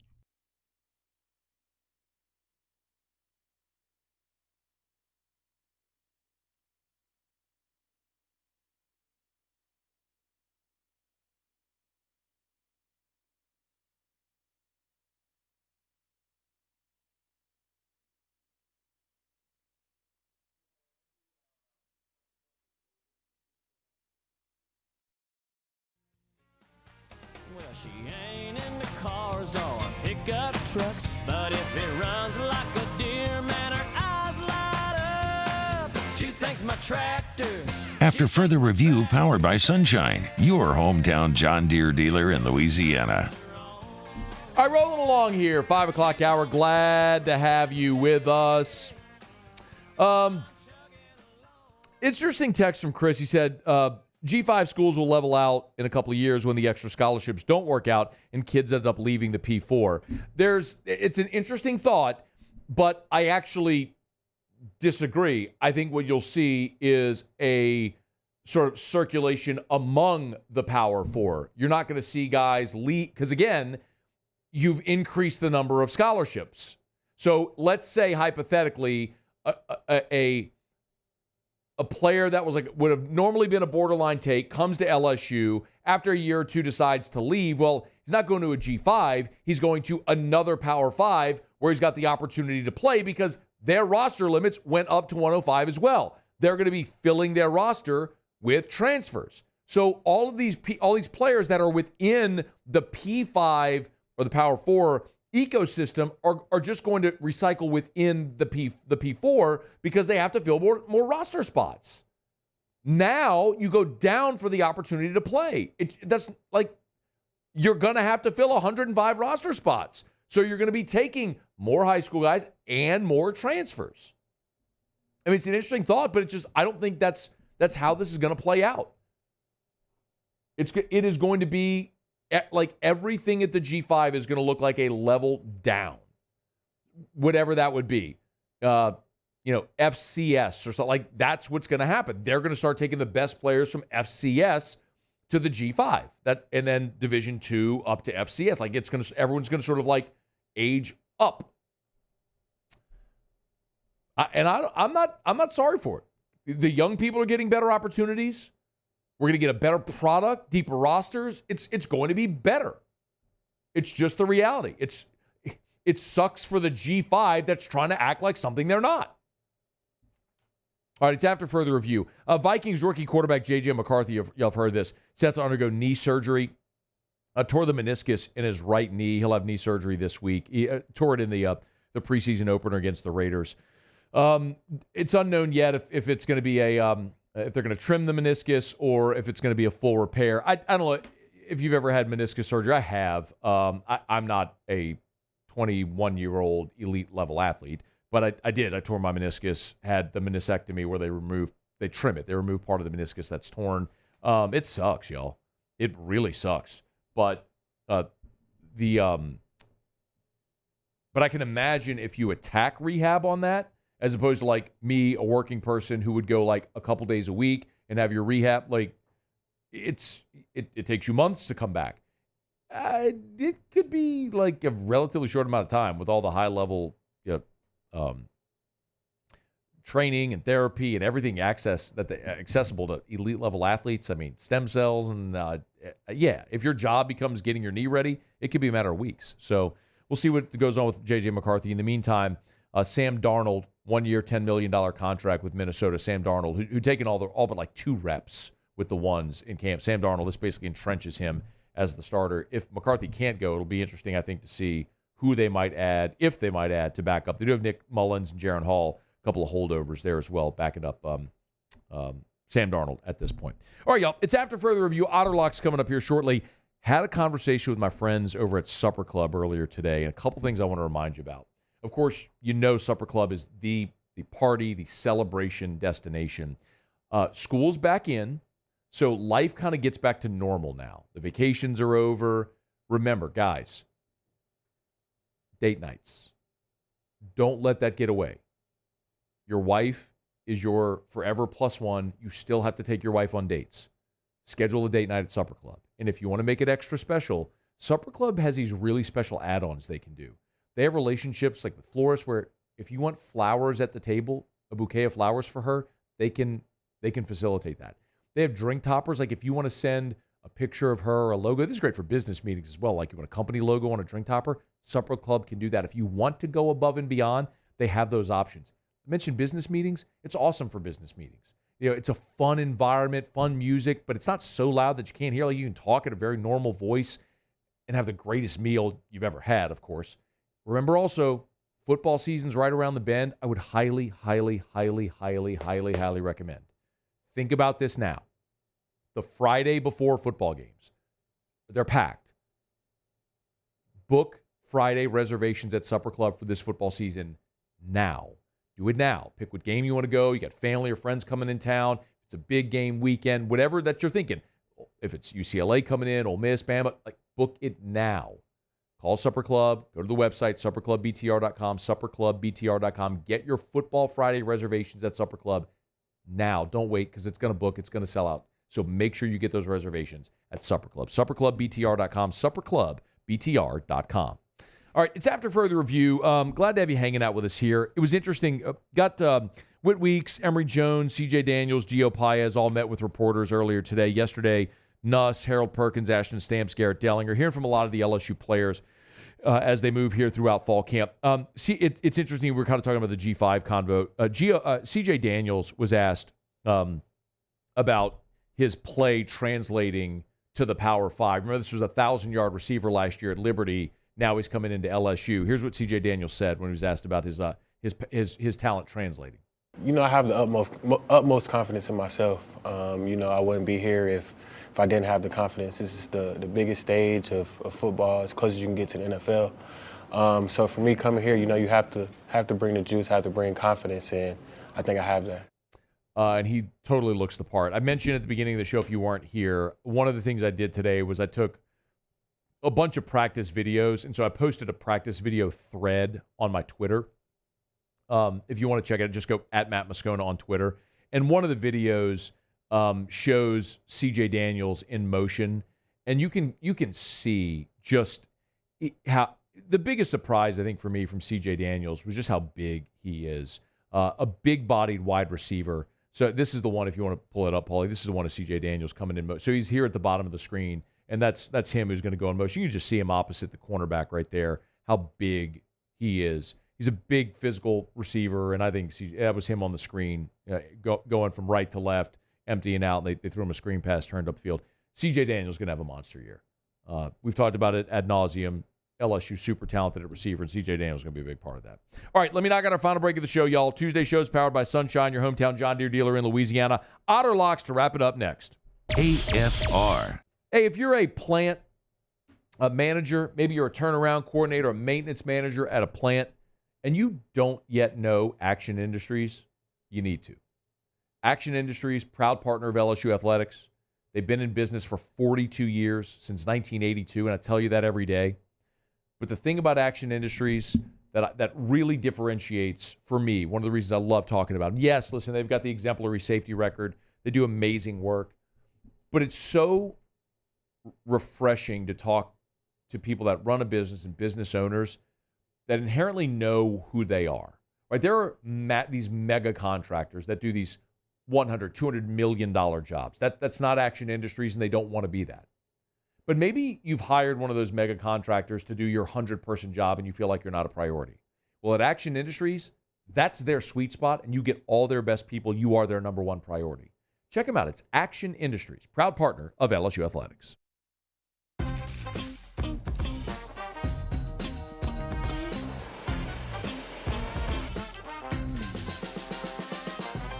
The best-kept secret in town is out. Discover Tallulah at the Renaissance Hotel on Bluebonnet. Bayou Chrysler Dodge Jeep Ram is taking $20,000 off new 23 Ram 1500 trucks. We're open for business in our beautiful new showroom and taking $20,000 off the powerful Ram truck. All new Bayou vehicles come with a 7-year, 100,000-mile warranty. The crew at Bayou Automotive is going to do right by you. I've been doing business with Luba for 25 years. They're dependable, trustworthy. It's just the attention to detail with our clients. Our folks have years and years of experience. They're highly trained professionals, but many companies have that asset. What I'd like to think makes Luba a bit different is that we use those talents in a way that truly is dedicated to serving the needs of the folks who depend on us.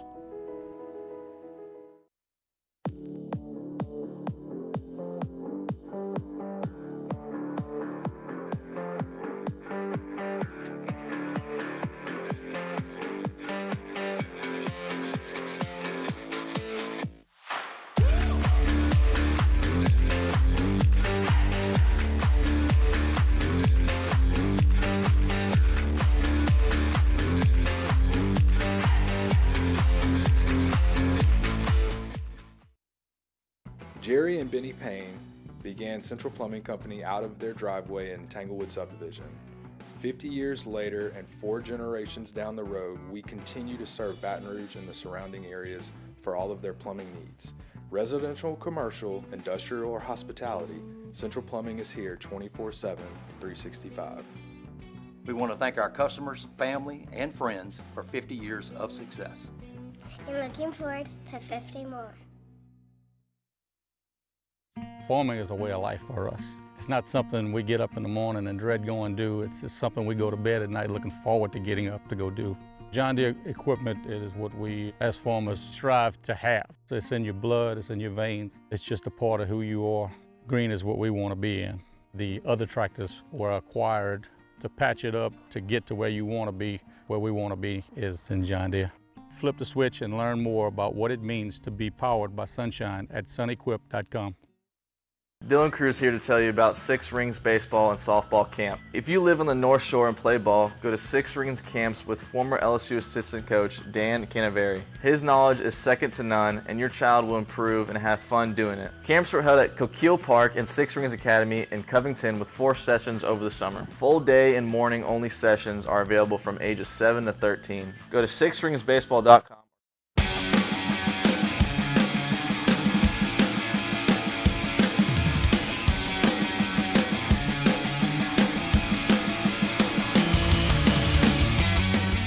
After further review, powered by Sunshine, your hometown John Deere dealer in Louisiana. Down the stretch we come, final segment here on a Tuesday edition of AFR, powered by Sunshine. You'll get to sunequip.com. Sunequip.com, tractors, zero-turn mowers, they got it all over at sunequip.com. Sunshine, your hometown John Deere dealer in Louisiana. One thing left to do, find out what we're betting on tonight. Time for Otter Locks.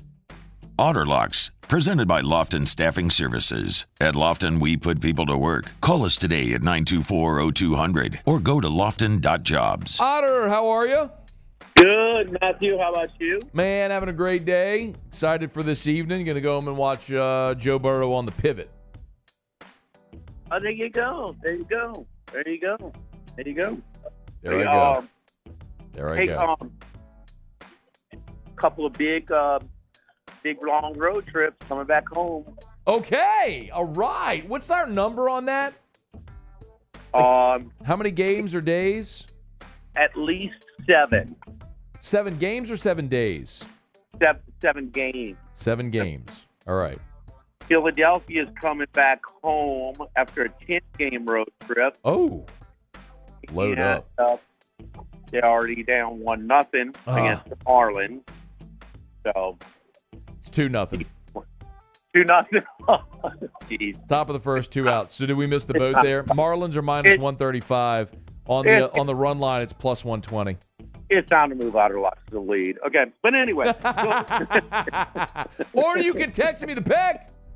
I know. I'm scrambling. Moving day Saturday. Okay. Let me prepare for a week. For you. All right. You know. Hey, wait. So what? Should we get in on? No, not at 2-0. Not at 2-0. What about on the run line? That ship has sailed. Let it go. All right. Let it go. All right. But the Mets, their first pitch is after 6 o'clock. They come home after an 11-game road trip against the Oakland A's. Okay. So we're on the A's on the money line. Oh, wow. A's are plus 164. Yes, indeed. All right, let's go. Love it. All right. Yes, indeed. All right, Texas and Boston. Texas has really been the game. Probably not even going to make the postseason. But you look at Cutter Crawford. Boy, we were riding him. He was on fire. He has hit the skid late, brother. I mean, more runs than innings hits, earned runs than innings pitches last 4 outings. We're going to take Texas Rangers in the plus money on the road at Fenway tonight. All right, Texas plus 120 on the money line. All right. And then Houston, they're underway, not first, but Houston, Tampa Bay. What are these 5:45, 5:50? 1 minute remaining. Houston against Tampa Bay. Cucci, we got him from Toronto. We're going to ride him 5 bats. They hit him hard last night. Houston again on the road tonight, money line. All right, Houston minus 130 on the money line. So the A's, big price there, plus 164. Texas plus 120 on the money line. Houston minus 130. 3 dogs. So good.